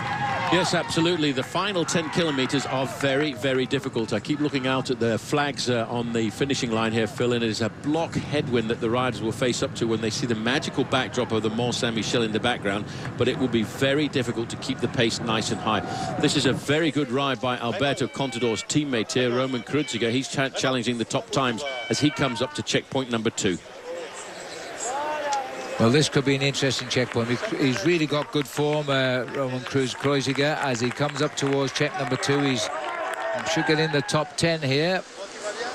as he continues through. A little bit of a way still to go up and over the ridge. And he's got a private battle going on anyway with his own teammate, Alberto Contador. The time of Talansky still remains the 9th best time through here. And Kreuziger will be very, very close to stopping the clock just over there. It's gone past the time of Talansky. Past the time of Contador, 14th place, 26.8, 1:26 down on Tony Martin. As Chris Froome continues to push on here. We're waiting for his next check now, which comes at 22 kilometres. The first one, he knows, he's been told, is 1 second to the good as the best time. Well, Race Radio just now is saying that at 15 kilometres to go, Chris Froome has a minute and 5 seconds advantage over Alejandro Valverde, who starts on the road in front of him in this individual time trial. But before the start, Contador was reported to have said he'd be happy if he lost no more than 90 seconds. But he's lost 65. Well, that's a big chunk of time, but it's all about the last week of the race. Let's not forget the Tour de France is a 3-week-long race, and the body can change in that final week, but I've not yet seen so far this year Chris Froome crack at any of the races that he's participated in. Yes, he couldn't. He wanted to get out on the course too this morning. He actually trained around the course like they all do. He checked every corner out. Now it looks to we're waiting. Kwiatkowski, the battle for the white jersey competition. Kwiatkowski has finished in 4th place. We're waiting to see the arrival of Quintana. Here he is, and it's not going to be good news, Paul. Kwiatkowski's time was 38 minutes flat. His time has gone through, so the white jersey will change shoulders tonight. Quintana will have to wait till the Alps to try and take it back as he comes in. A loss of 3:27 there. Well, he can climb back into that, because I wouldn't like to try and follow that man. No, we're looking at just briefly there, Phil, when we go up the slopes of the Mont Ventoux, because he has proved to be the best and the fastest climber in the Tour de France, and he has no fear at all of the altitudes. Now Alberto Contador is on the back straight of the finish now. He's got the U at the top end underneath the Abbey and then up towards the finishing straight. Alberto Contador, he will be just there, then he will finish and watch the clock intently to see exactly how much he does concede to Chris Froome, because at the moment the reports are on the road he's lost 65 seconds, but they won't be confirmed till we get some idea of Froome coming through at 22 kilometres, where Bolt Mollema's gone through with the 11th best time. He's the last rider through there. Well, Andrew Talansky, the American, still sits there on 10th place. He's had a great time trial today, that youngster. Everybody applauding Alberto Contador. His face a picture of pain. Quite literally, every second counts in this year's Tour de France. Contador coming home, hits the line, crosses it in 12th place, 38.44. On course, the teammates, as Paul has said, of the man who has just finished, they started split by 3 minutes. They've been, for a new team in the Tour de France this year, they have really been flying the flag, and they are fighting more than they would normally in a time trial to try and stay in contention for the climbs. Yes, Looking down, sorry, Paul, carry on. I was going to say Chris Froome still seems to be sticking to that very, very high cadence there, pedaling at around about 100 revolutions a minute. Chance to see the magnificent backdrop there of the Mont Saint-Michel. That's the Archangel Mont Saint-Michel on the top there. Who's she going to shine favourably on today? The yellow jersey will soon be in the sights of the Archangel as they come up that long causeway road. Very soon all you'll see is that road. All of the rest of the ground will be given back to the sea here at Mont Saint-Michel's Bay. This is Mollema. Time ticking away based on Thomas de Gendt at the moment, who's in second place at 37.30. So de Gendt is turning out to have had an inspired ride today, the Belgian. You know, he was out of the start house 2 minutes before the world champion Tony Martin. It must have scared the pants off Thomas de Gendt, because he was never seen by the world champion. And at the moment, it's the world champion in first, Tony Martin, de Gendt in second. And Bout Mollinger is not going to alter the first 3 positions at the finish. No, certainly not. The only man who could do that, I would expect, Phil, is the last man on the road, Chris Froome, who has the fastest time at the first 2 checks, but it is so very, very close. 1 second at the first time check advantage for the Brit, and 2 seconds advantage at the second time check. But it's all about how you handle this last part of the course, because you can see every time you see these flags, the wind is very, very strong down by the coast. face of total commitment here of the Dutchman, as he knows what he's trying to do, and he's produced an extraordinarily good time trial here. He's not going to be in the top 10. Talansky will be coming through in the 10th place slot in a moment, but he's not far away from the time of Talansky. In fact, he may well nip the American's time here. He's got about 11 seconds to get through. He can now see the finish, and this has been an extraordinary, great performance by Bout Mollema. He just gets in 10th place. Very good, solid performance by this man to keep himself high in the overall standings before we head down to the next mountain ranges, the Mont Ventoux down in the south of France, and then the Alps. Only 2 riders now left on course to finish. The Spaniard Alejandro Valverde, who is in 2nd place overall at the start of the day, followed by Chris Froome, the last man on the road. Great individual time trialist, and I have to say, Phil, I think he's limited his losses on this occasion. Well, we could be looking, though, at a time of 36.25 from Chris Froome, you know, and he's lost 2 minutes already to that sort of a time as Valverde hits the line. 38.41. You know, I think Valverde is going to conclude with a loss of maybe 2¼ minutes. That's a huge margin, but I have to say I do think that Valverde did a very good time trial. Only 1 man left. Look, he's and on here the he bend is already. He's going around this corner very, very fast indeed, Phil. He doesn't want to lose any time at all. He knows the victory on the stage here this afternoon could go one way or another by just a couple of seconds. It's neck and neck between the stage winners, Tony Martin, the world champion, and Chris Froome, but these are massive gains for Chris Froome over the men we'll talk about when we go down into the Alps. The concentration of the world champion, Tony Martin, as he comes up towards the line. The Martin's time, 36.29. I think, in fact, Martin will win this. Watch the face of Martin.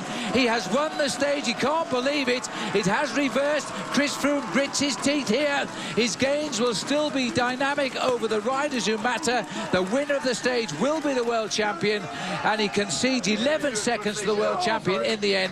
Tony Martin cannot believe it, but that last third of the race was to the good of the world champion. No, it certainly was. It was a very, very difficult last 10 kilometres, but Chris Froome probably won't be disappointed by not winning the stage. When he looks at the results tonight, Phil, he will start to see some very big, serious gaps over the riders who are going to challenge him over the next 2 weeks of this race. Tony Martin, the world champion, who went off number 65. He finished just after 1 o'clock this afternoon. It's now 5:30, and his heart must have been in his mouth for 22 kilometres. He was behind the time of Froome, but Froome slowed just in that crosswind across the island, coming up to the finishing line. And the world champion has just won his 9th top time trial of the year. He's going to lead this race by about 3.5 minutes at the end of today when we do the additions. Well, that was an incredible performance. I feel a little bit happy, too, for Tony Martin, who, as we see here, has won the stage because of his injuries. He's stuck in the Tour. He's in terrible. He finished covered in blood when the cut started to reopen. He still got the victory by 12 seconds over Froome, 1:01 over Thomas de Gent, 1:21 on Richie Porte, and 1:31 on Michael Kwiatkowski. And a great ride, too, by the Canadian champion, Swain Tuft. He finishes in 6th place in a really hot time trial. Sylvain Chavanel, the champion of France, 7th. Jeremy War, 8th. Dumoulin and Castroviejo, champion of Spain there. And well done, Andrew Talansky. A loss of 2 minutes 8 seconds, but 12th place finish in the Tour de France. He is coming stronger every day. Valverde in 13th, an exceptional time trial by the Spanish rider. And Alberto Contador only 15th, a loss of 2:15. And a loss indeed of 2:04 to Chris Froome, the direct man in the yellow jersey. So we're going to see. Valverde said he would be, not Valverde, Contador said he'd be happy if he only lost 90 seconds in the time trial. Well, he's lost over 2 minutes, and that will hurt him as we head down towards the Alps. Froome has increased his lead from 1:25 to 3:25 over Alejandro Valverde. Bout Mollema with a great time trial out of him. 3rd place, 3:37. Contador up to 4th at 3:54. Kreuziger 5th at 3:57. Lawrence Ten Dam still there in 6th place. Kwiatkowski, the new white jersey, in 7th at 4:44. Quintana not too far behind. Battle Royale in the Alps for those. Rui Costa in there as well. Rodriguez slips to 11th at the moment. Dan Martin down just a couple of places to 13th place.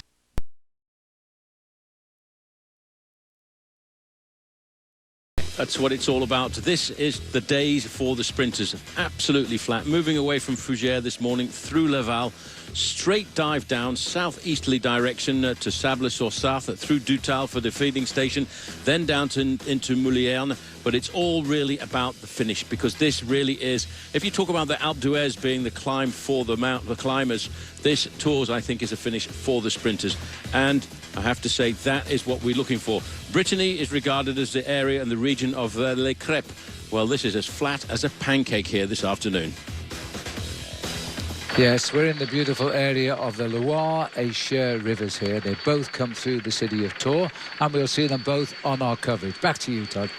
Days into the Tour now, we're going to see some of France's famous rivers, the Sarthe, the Cher and the Loire today on the long ride of 218 kilometres. We head down from Fougères down to Tours, and of course we're well down the road today because, Paul, the average speed after 2 hours, a massive 46 kilometres an hour. That's about 28 miles an hour. Very, very fast indeed. The ride is picking up a little bit of a cross tailwind early on. A lot of nervous bodies in this main field, but now the control going to the teams of the sprinters. 75 degrees Fahrenheit this afternoon. And that's the Palmer's Cocoa Butter Formula for Men weather, and light winds, but they might be quite difficult today as they go across the race for most of the day. A little less warmer than it was up in Mont Saint-Michel, up there in Brittany, but we're heading down into the centre of the Loire now in Tours.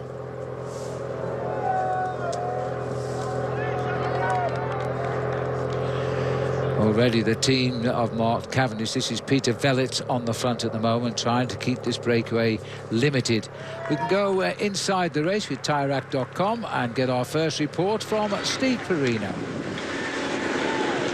Well, Phil, you guys are exactly right. The guys have been flying down here. When the gap was 8 minutes, I checked in with Rudy Kemna of Argos Shimano, and he said he was not happy with 8 minutes. What would be more comfortable was 5 minutes. We're getting closer to that.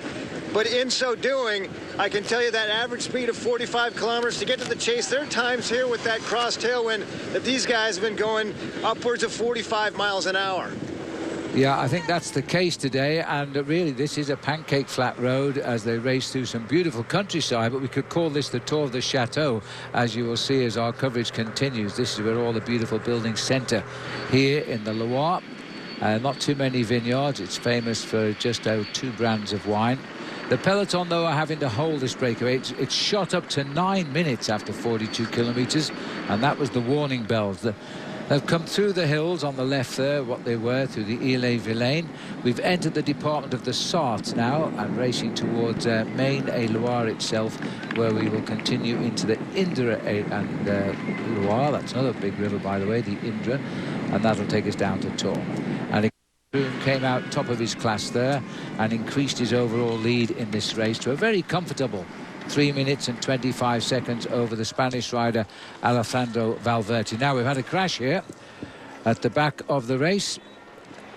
That's Belkadri on the far right of our picture, and the rider here is Geniez. Yeah, this was just one of those little touch of wheels at the back end of the main fact, just having a look to see where it is. It's over to the right hand side, and in fact the rider from AG2R there in Philly just put his brakes on much too hard and went straight over the top. That in fact was Romain Bardet who went down there, a rider we expect to do very well when we get up into the big mountains. Quickly, because I thought that is Romain Bardet, 82, so there was 2 AG2R riders down there. Yeah, there's Geniez. Well, he's learning the other side of the Tour, I reckon, because he is a young, he had a fabulous journey this far in the Tour. I think we're going to see more of him when we go into the Alps. Into the Département de Maine-et-Loire now, as we continue on towards the feeding station at Dertal. We continue on now as we continue to pass through the beautiful little villages here. This one is Beaugé. And these are the leaders, and they are travelling at around 32 miles an hour every time we put a clock on them. So this is going to make the chase very, very hard.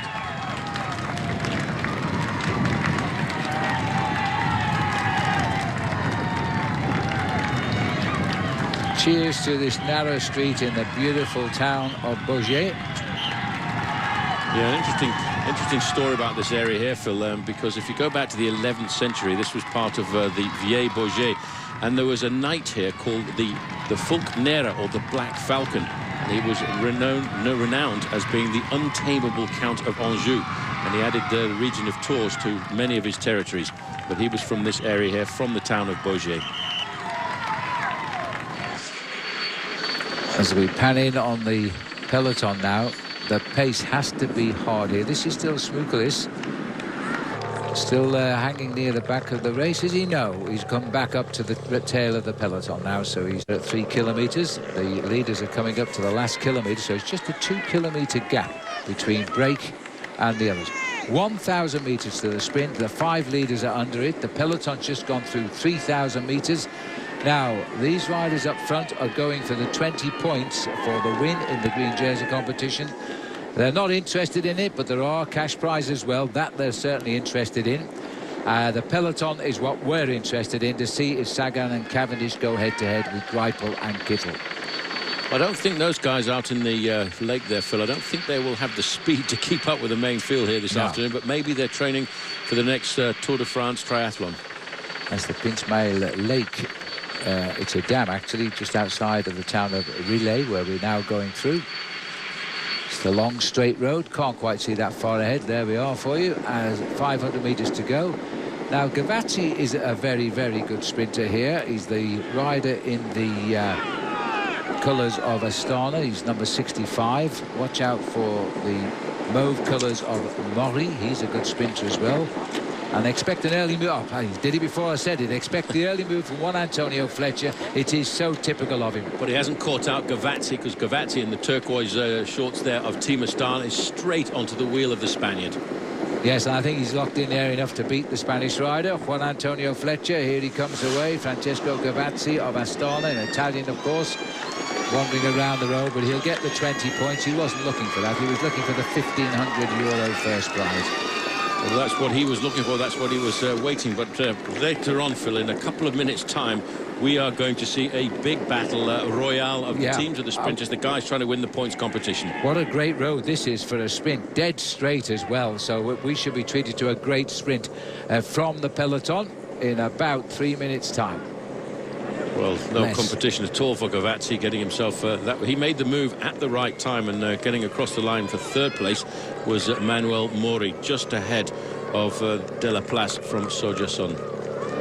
Well, we'll see. Greipel is the rider in the other white jersey, and he's brilliantly positioned because he's right up behind Peter Sagan, who is the third of those lime green jerseys.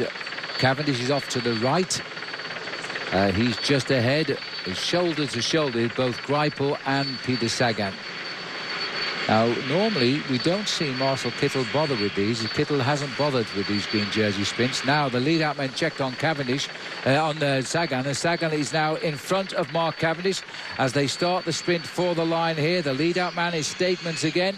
Now looking head-on, Cavendish can see through the middle here. Oh, and he was trying to squeeze through the outside, but Cavendish has got the middle. He's looking across, and he may well just have cruised across there in front of Andre Greipel, and Peter Sagan a little bit annoyed by that move.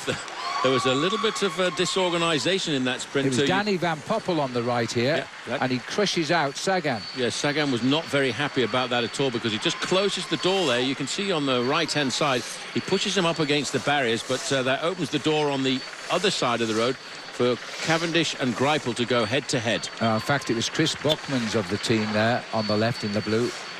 And Bockmans is a good sprinter, but not happy at all because Sagan, the leader, was blocked out. Now, use your eyes next time, says Peter Sagan. You're stopping the man who's leading the Tour get some points. He gets some points anyway, but he's lost a little bit of ground. Well, he's lost a few points over Cavendish and Andre Greipel. Americans left in the race of the 6 who started, and we're waiting for a win from them too. These are the 4 leaders out in front. 1:21 they're now saying. Well, there's obviously concern, Paul, because Marcel Kittel has told other riders on his team now to go up and give Omega Pharma Quick-Step a hand, because they've really got to chase this down. When you're getting down towards 30 kilometres to go, the gap is still there.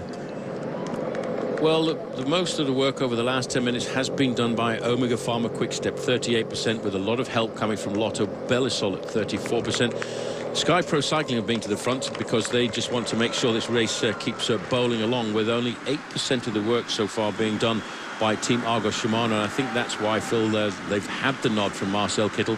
Get to the front. I've got 2 stage victories. His first stage victory, the team manager was telling us, actually relieved Marcel Kittel, and the fact that he could win races at the top end of the game like this. His second victory was much more of a confirmation that he is now one of the top sprinters on the international circuit. Yeah, because first time around all the sprinters have fallen off on their approach to the line, so he didn't have to beat them. But the next time out into Saint-Malo, he most certainly did take them all on, and he got the best on. It was a technical finish, as we know, and it was a very poor finish in my opinion, because it was slightly around the corner on a sweeper, and as we know, it caused an accident there as well, and Cavendish collided with Tom Wheelers. Then Anthony Delaplace, with 13 kilometres to go, has got to hang on into that peloton now as the speed steps up again. There's the gap. Still Gavazzi won't give up. Hasn't won a race this year. He's had the lead in a race, but he didn't win it. Fletcher gets on with his job. He's been in this situation so many times, and well, Gavazzi says, I'm going back now. Fletcher says, well, I'm not. Well, if anybody can pull it off, it's Juan Antonio Fletcher, although I don't think he's got much of a chance this afternoon, because the peloton, we can just see in the background there, Phil, they're stretched out all over the road. That means they're really not chasing very hard behind this lone Spaniard. Well, he's been in this position many times before. He's riding his 10th Tour de France, this man. His only stage win in 03 in Toulouse.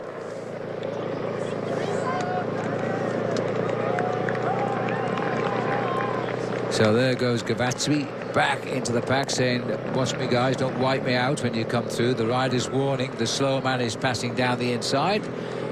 He'll hang on. Well, the wind is still blowing head on at the moment at 20 kilometres an hour, 12 miles an hour to the right, so it's unlikely Fletcher can survive. We'll gamble that he will be caught. We all think he will. We will take a break, and then we come back. We'll follow the sprinters to the finish in Tours. Coming from the course, Paul, are saying it's now 10 seconds. Orica Green Edge intent, listening to what Robbie McEwen told them today. There is Juan Antonio right in the target sights of the peloton now. But Robbie saying that the winner of the stage must be on the inside of that final bend to pick up the tailwind first. Well, that's the important thing. 2 right-hand bends. You've got to fight for those final 2 bends, and that's why I think we're waiting for the sprinters to really turn on the gas. It's not much more now than 50 metres advantage for Juan Antonio Fletcher as they go under the highway which circumnavigates Tours here, the Boulevard Périphérique. Juan Antonio Fletcher just about to get picked up, but there's a lot of lead-out teams now starting to get themselves organised. But you can see the Australian squad, Orica Green Edge, are very, very keen. But all the teams, Phil, would have studied this running down towards the finish. Yeah. You can see Lotto Belisol moving up on the right-hand side, just at the top of the road. Very good riding by Orica Green Edge at the moment. Now, they've done this before, and unfortunately, Matthew Goss has not been able to follow his team through the melee at the end. So let's see if it works out for them today. Will be a new name on the block amongst the sprinters, that's for sure. They're splitting up because of these central reservation markers, and we're getting 2 races left and right now, like the famous British horse race, the Derby, where they always race on opposite sides of the fence. But it's Saxo Tinkoff now at the front as well. Well, this is not for the sprint. This is to keep Alberto Contador, who lies in 4th place in the overall standings, at the front of the race, to make sure that if there is a split in the peloton on the running towards the finish, he doesn't lose any time here or there. You've also got the team at Movistar, who have Alejandro Valverde in 2nd place overall. Well, they were there a few moments ago, and Chris Froome is slipping down this main field. Now's the time when I'd expect to see Orica Green Edge being challenged by Argos Shimano. Those are the riders in the white jerseys riding very close together. Over on the left-hand side now, the riders with the 20s on the back, those are the riders from Lotto Belisol, and at the back of that line is Andre Greipel. Well, Simon Clark has done his hard turn at the front. He's now slipped away on the right for Orica Green Edge. They're bringing Chris Froome back into safe waters here, being guided up by Peter Kenyuk into safe areas of the peloton, because these are hazardous moments for the Tour de France. A fall now and he'd lose time. Once he's inside 3 kilometres to go, if he fell, he would get the same time as the winner of the race today. So he's not safe for 2 more kilometres yet, Chris Froome. 5 kilometres to go now. The peloton are together as they race now, being escorted by the Australians Orica Greenedge. It's difficult to work all the sprinters through just for the moment. Well, 5 kilometres to go. They were under the control of Orica Greenedge. They're thinking about their Australian sprinter, Matty Goss. He's been a very prolific winner on the international circuit, but of late he's never really been able to get the finishing off because something's always happened in front of him. So Orica Greenedge, at 5 kilometres to go, are quite happy to set that very fast tempo to keep him out of the leader fell, and he fell of his own volition there as he went down. I think it might be Simon. No, it's not Simon Gerrans who's gone down. I think it might be, actually. Watch this at the right on the front, leans over, hits a spot of dust maybe, and slides away safely. Well, this is the problem, Phil, when you come into town. This is the man who's on the front. He came into that corner much too fast. He lost the front wheel and he put a little bit of confusion onto the shoulders of his teammates, but they were able to change their line slightly around there, and that looks now as if it's Stuart O'Grady has remained up there. Well, he could have. It is Stuart O'Grady on the front now. It's his job now. They've lost a valuable man right at the crucial moment of the race. There's only 2 of them left to guide Matthew Goss through. Big turns required by O'Grady. Now it's Matthew Goss is up into 3rd place, and at 4 kilometres to go, that's too close to the front. You can see the pale blue jerseys now starting to muster on the left-hand side of the Orica Greenedge. That's Sylvain Chavanel on that orangey, pinky, whatever colour bike that he's got. He looks over his shoulder, grimaces. He can see Michael Kwiatkowski. They are now going to take over the responsibility to make sure Mark Cavendish doesn't get in a position where he gets confused by riders overtaking him. There's Gert Steegmans. He's the last rider in that big group, and just sitting on his wheel, you can hardly notice him. Keeping out of the wind is Mark Cavendish.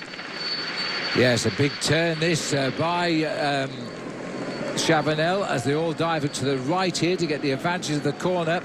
Kwiatkowski is the 2nd rider in line, white jersey but same team as Mark Cavendish. He's doing his job today, even though he leads the race. Underneath we go, out the other side we come.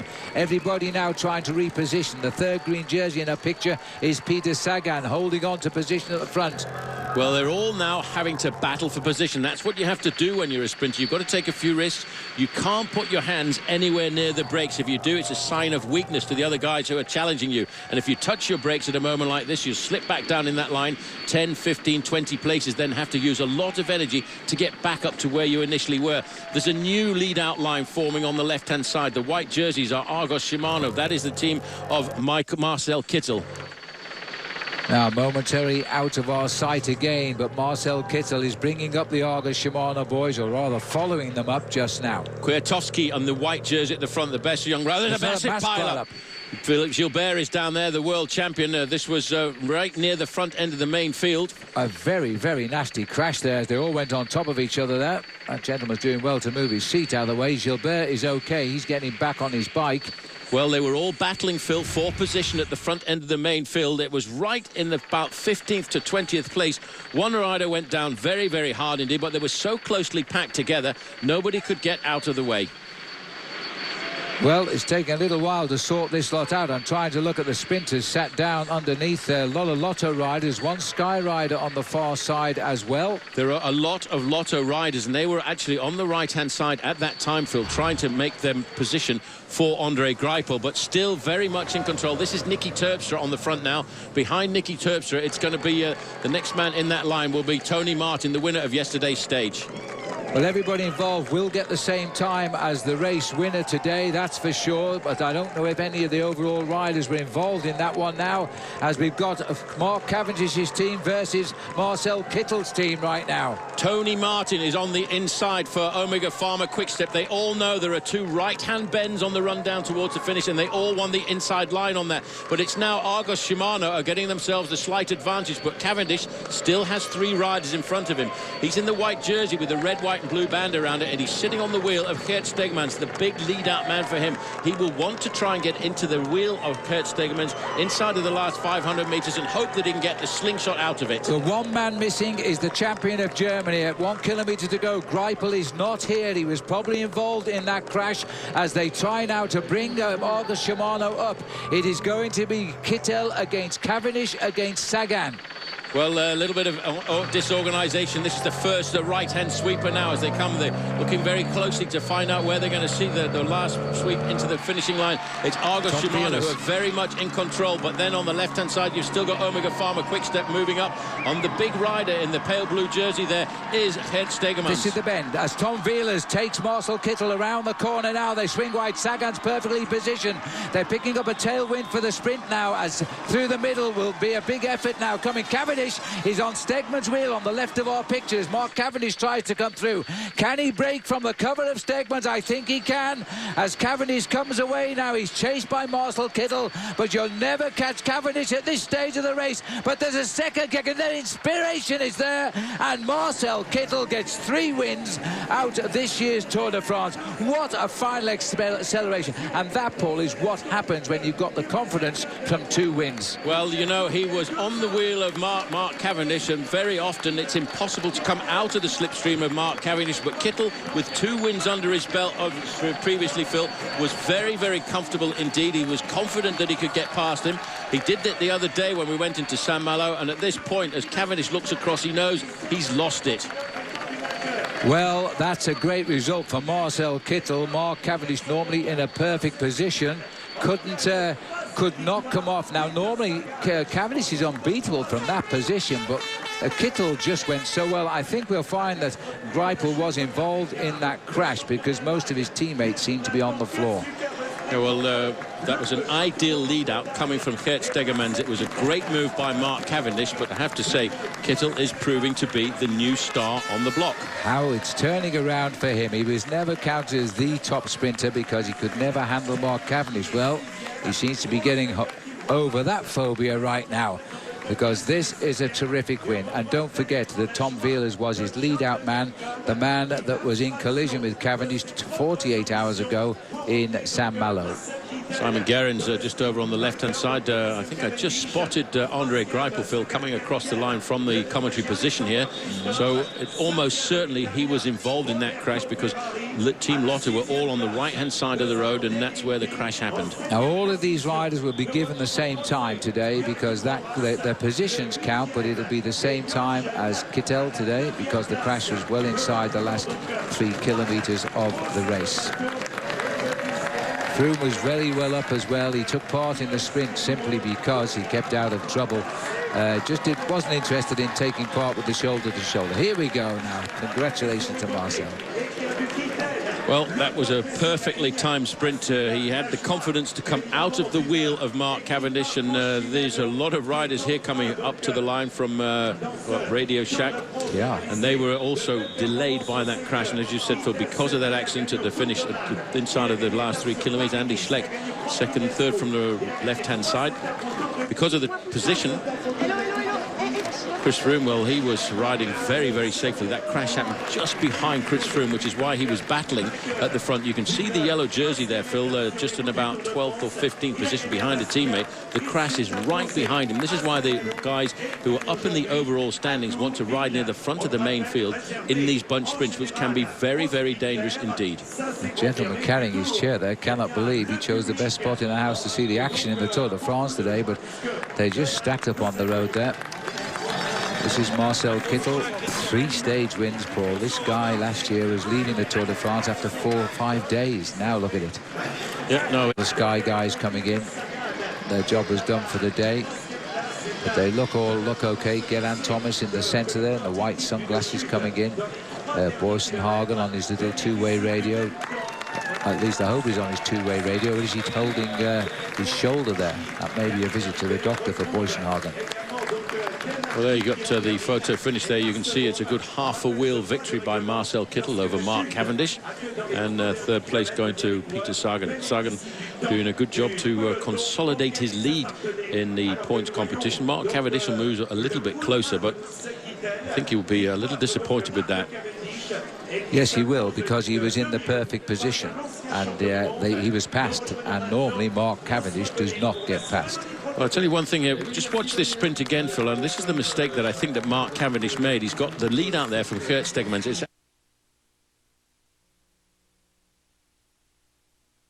on his little 2-way radio. At least I hope he's on his two-way radio. Or is he holding his shoulder there? That may be a visit to the doctor for Boysenhagen.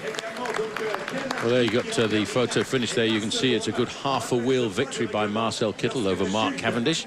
And third place going to Peter Sagan. Sagan doing a good job to consolidate his lead in the points competition. Mark Cavendish will move a little bit closer, but I think he will be a little disappointed with that. Yes, he will, because he was in the perfect position. And he was passed. And normally Mark Cavendish does not get passed. Well, I'll tell you one thing here. Just watch this sprint again, Phil. And this is the mistake that I think that Mark Cavendish made. He's got the lead out there from Kurt Stegmans. It's absolutely perfect. Well, no, he didn't make the mistake because I expected him to come around the other side. You see, he comes up through the inside, hugging the barriers there, offering only one place for Kittel to come by. And there he does it. Cavendish at this point normally has a second kick in the sprint, but today he just didn't have it. And I think he was quite shocked to see somebody quite challenging him. Yeah, I quite agree. As we just look around some of the water sports here, using the water, there's plenty of it in Tours with the river Cher et Loire. As they enjoy themselves, not everybody, it seems, wanted to see that big sprint win today in the Tour de France. So let's first of all catch up on the full stage results. Here they are, just under 5 hours of racing. The sprinters Kittel, Cavendish and Sagan. Christophe was fourth, and Roberto Ferrari of Italy in fifth. Daryl Impey getting up there for Orica Greenedge. He's worn the yellow jersey. Rojas, the sprinter on Movistar, and top 10 completed by Samuel Dumoulin.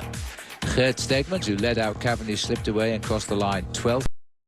The sprinters finishing 14th. He wasn't interested in a high finish, just that 0-0-0 on the right-hand side of the picture. There's the sprint then. Cavendish will not like being passed by Marcel Kittel. We'll take a break. When we come back, we'll catch up with the prizes and whatever we can find for you before we have to end our live coverage. See you back here in a moment. It's a different story. The story of today was a very close one between you and Mark Cavendish. Can you tell us what exactly happened in that final kilometer? Yeah, both teams had no real lead-out man anymore. Before, every guy in front of the sprinters had to do a long lead-out, and in the end, I had to go in his wheel, first in the wheel from Matteo Trentin, and then in the wheel from Mark Cavendish to wait for my sprint, and then I started my sprint, and it was close. Very close. Can you realize that you just won 3 stages of the Tour, maybe more in the days to come? It's absolutely crazy. I mean, I feel really good at the moment. The team is great, and that win today, especially today, means a lot to me. And it's the third win in the Tour. In Deutsch, in German, you say "Alle guten Dinge sind drei," and I would like to dedicate that win to my whole team, especially Tom Wellers. He had to fight today for his just to finish the race. He had still pain from the wounds, and he's a great guy. And I saw him after the finish line, and he was in tears. And I really love my team.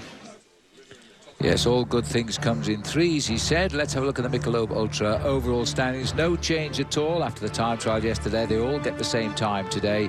So Valverde 3:25, Mollema 3:37, back Contador 3:54.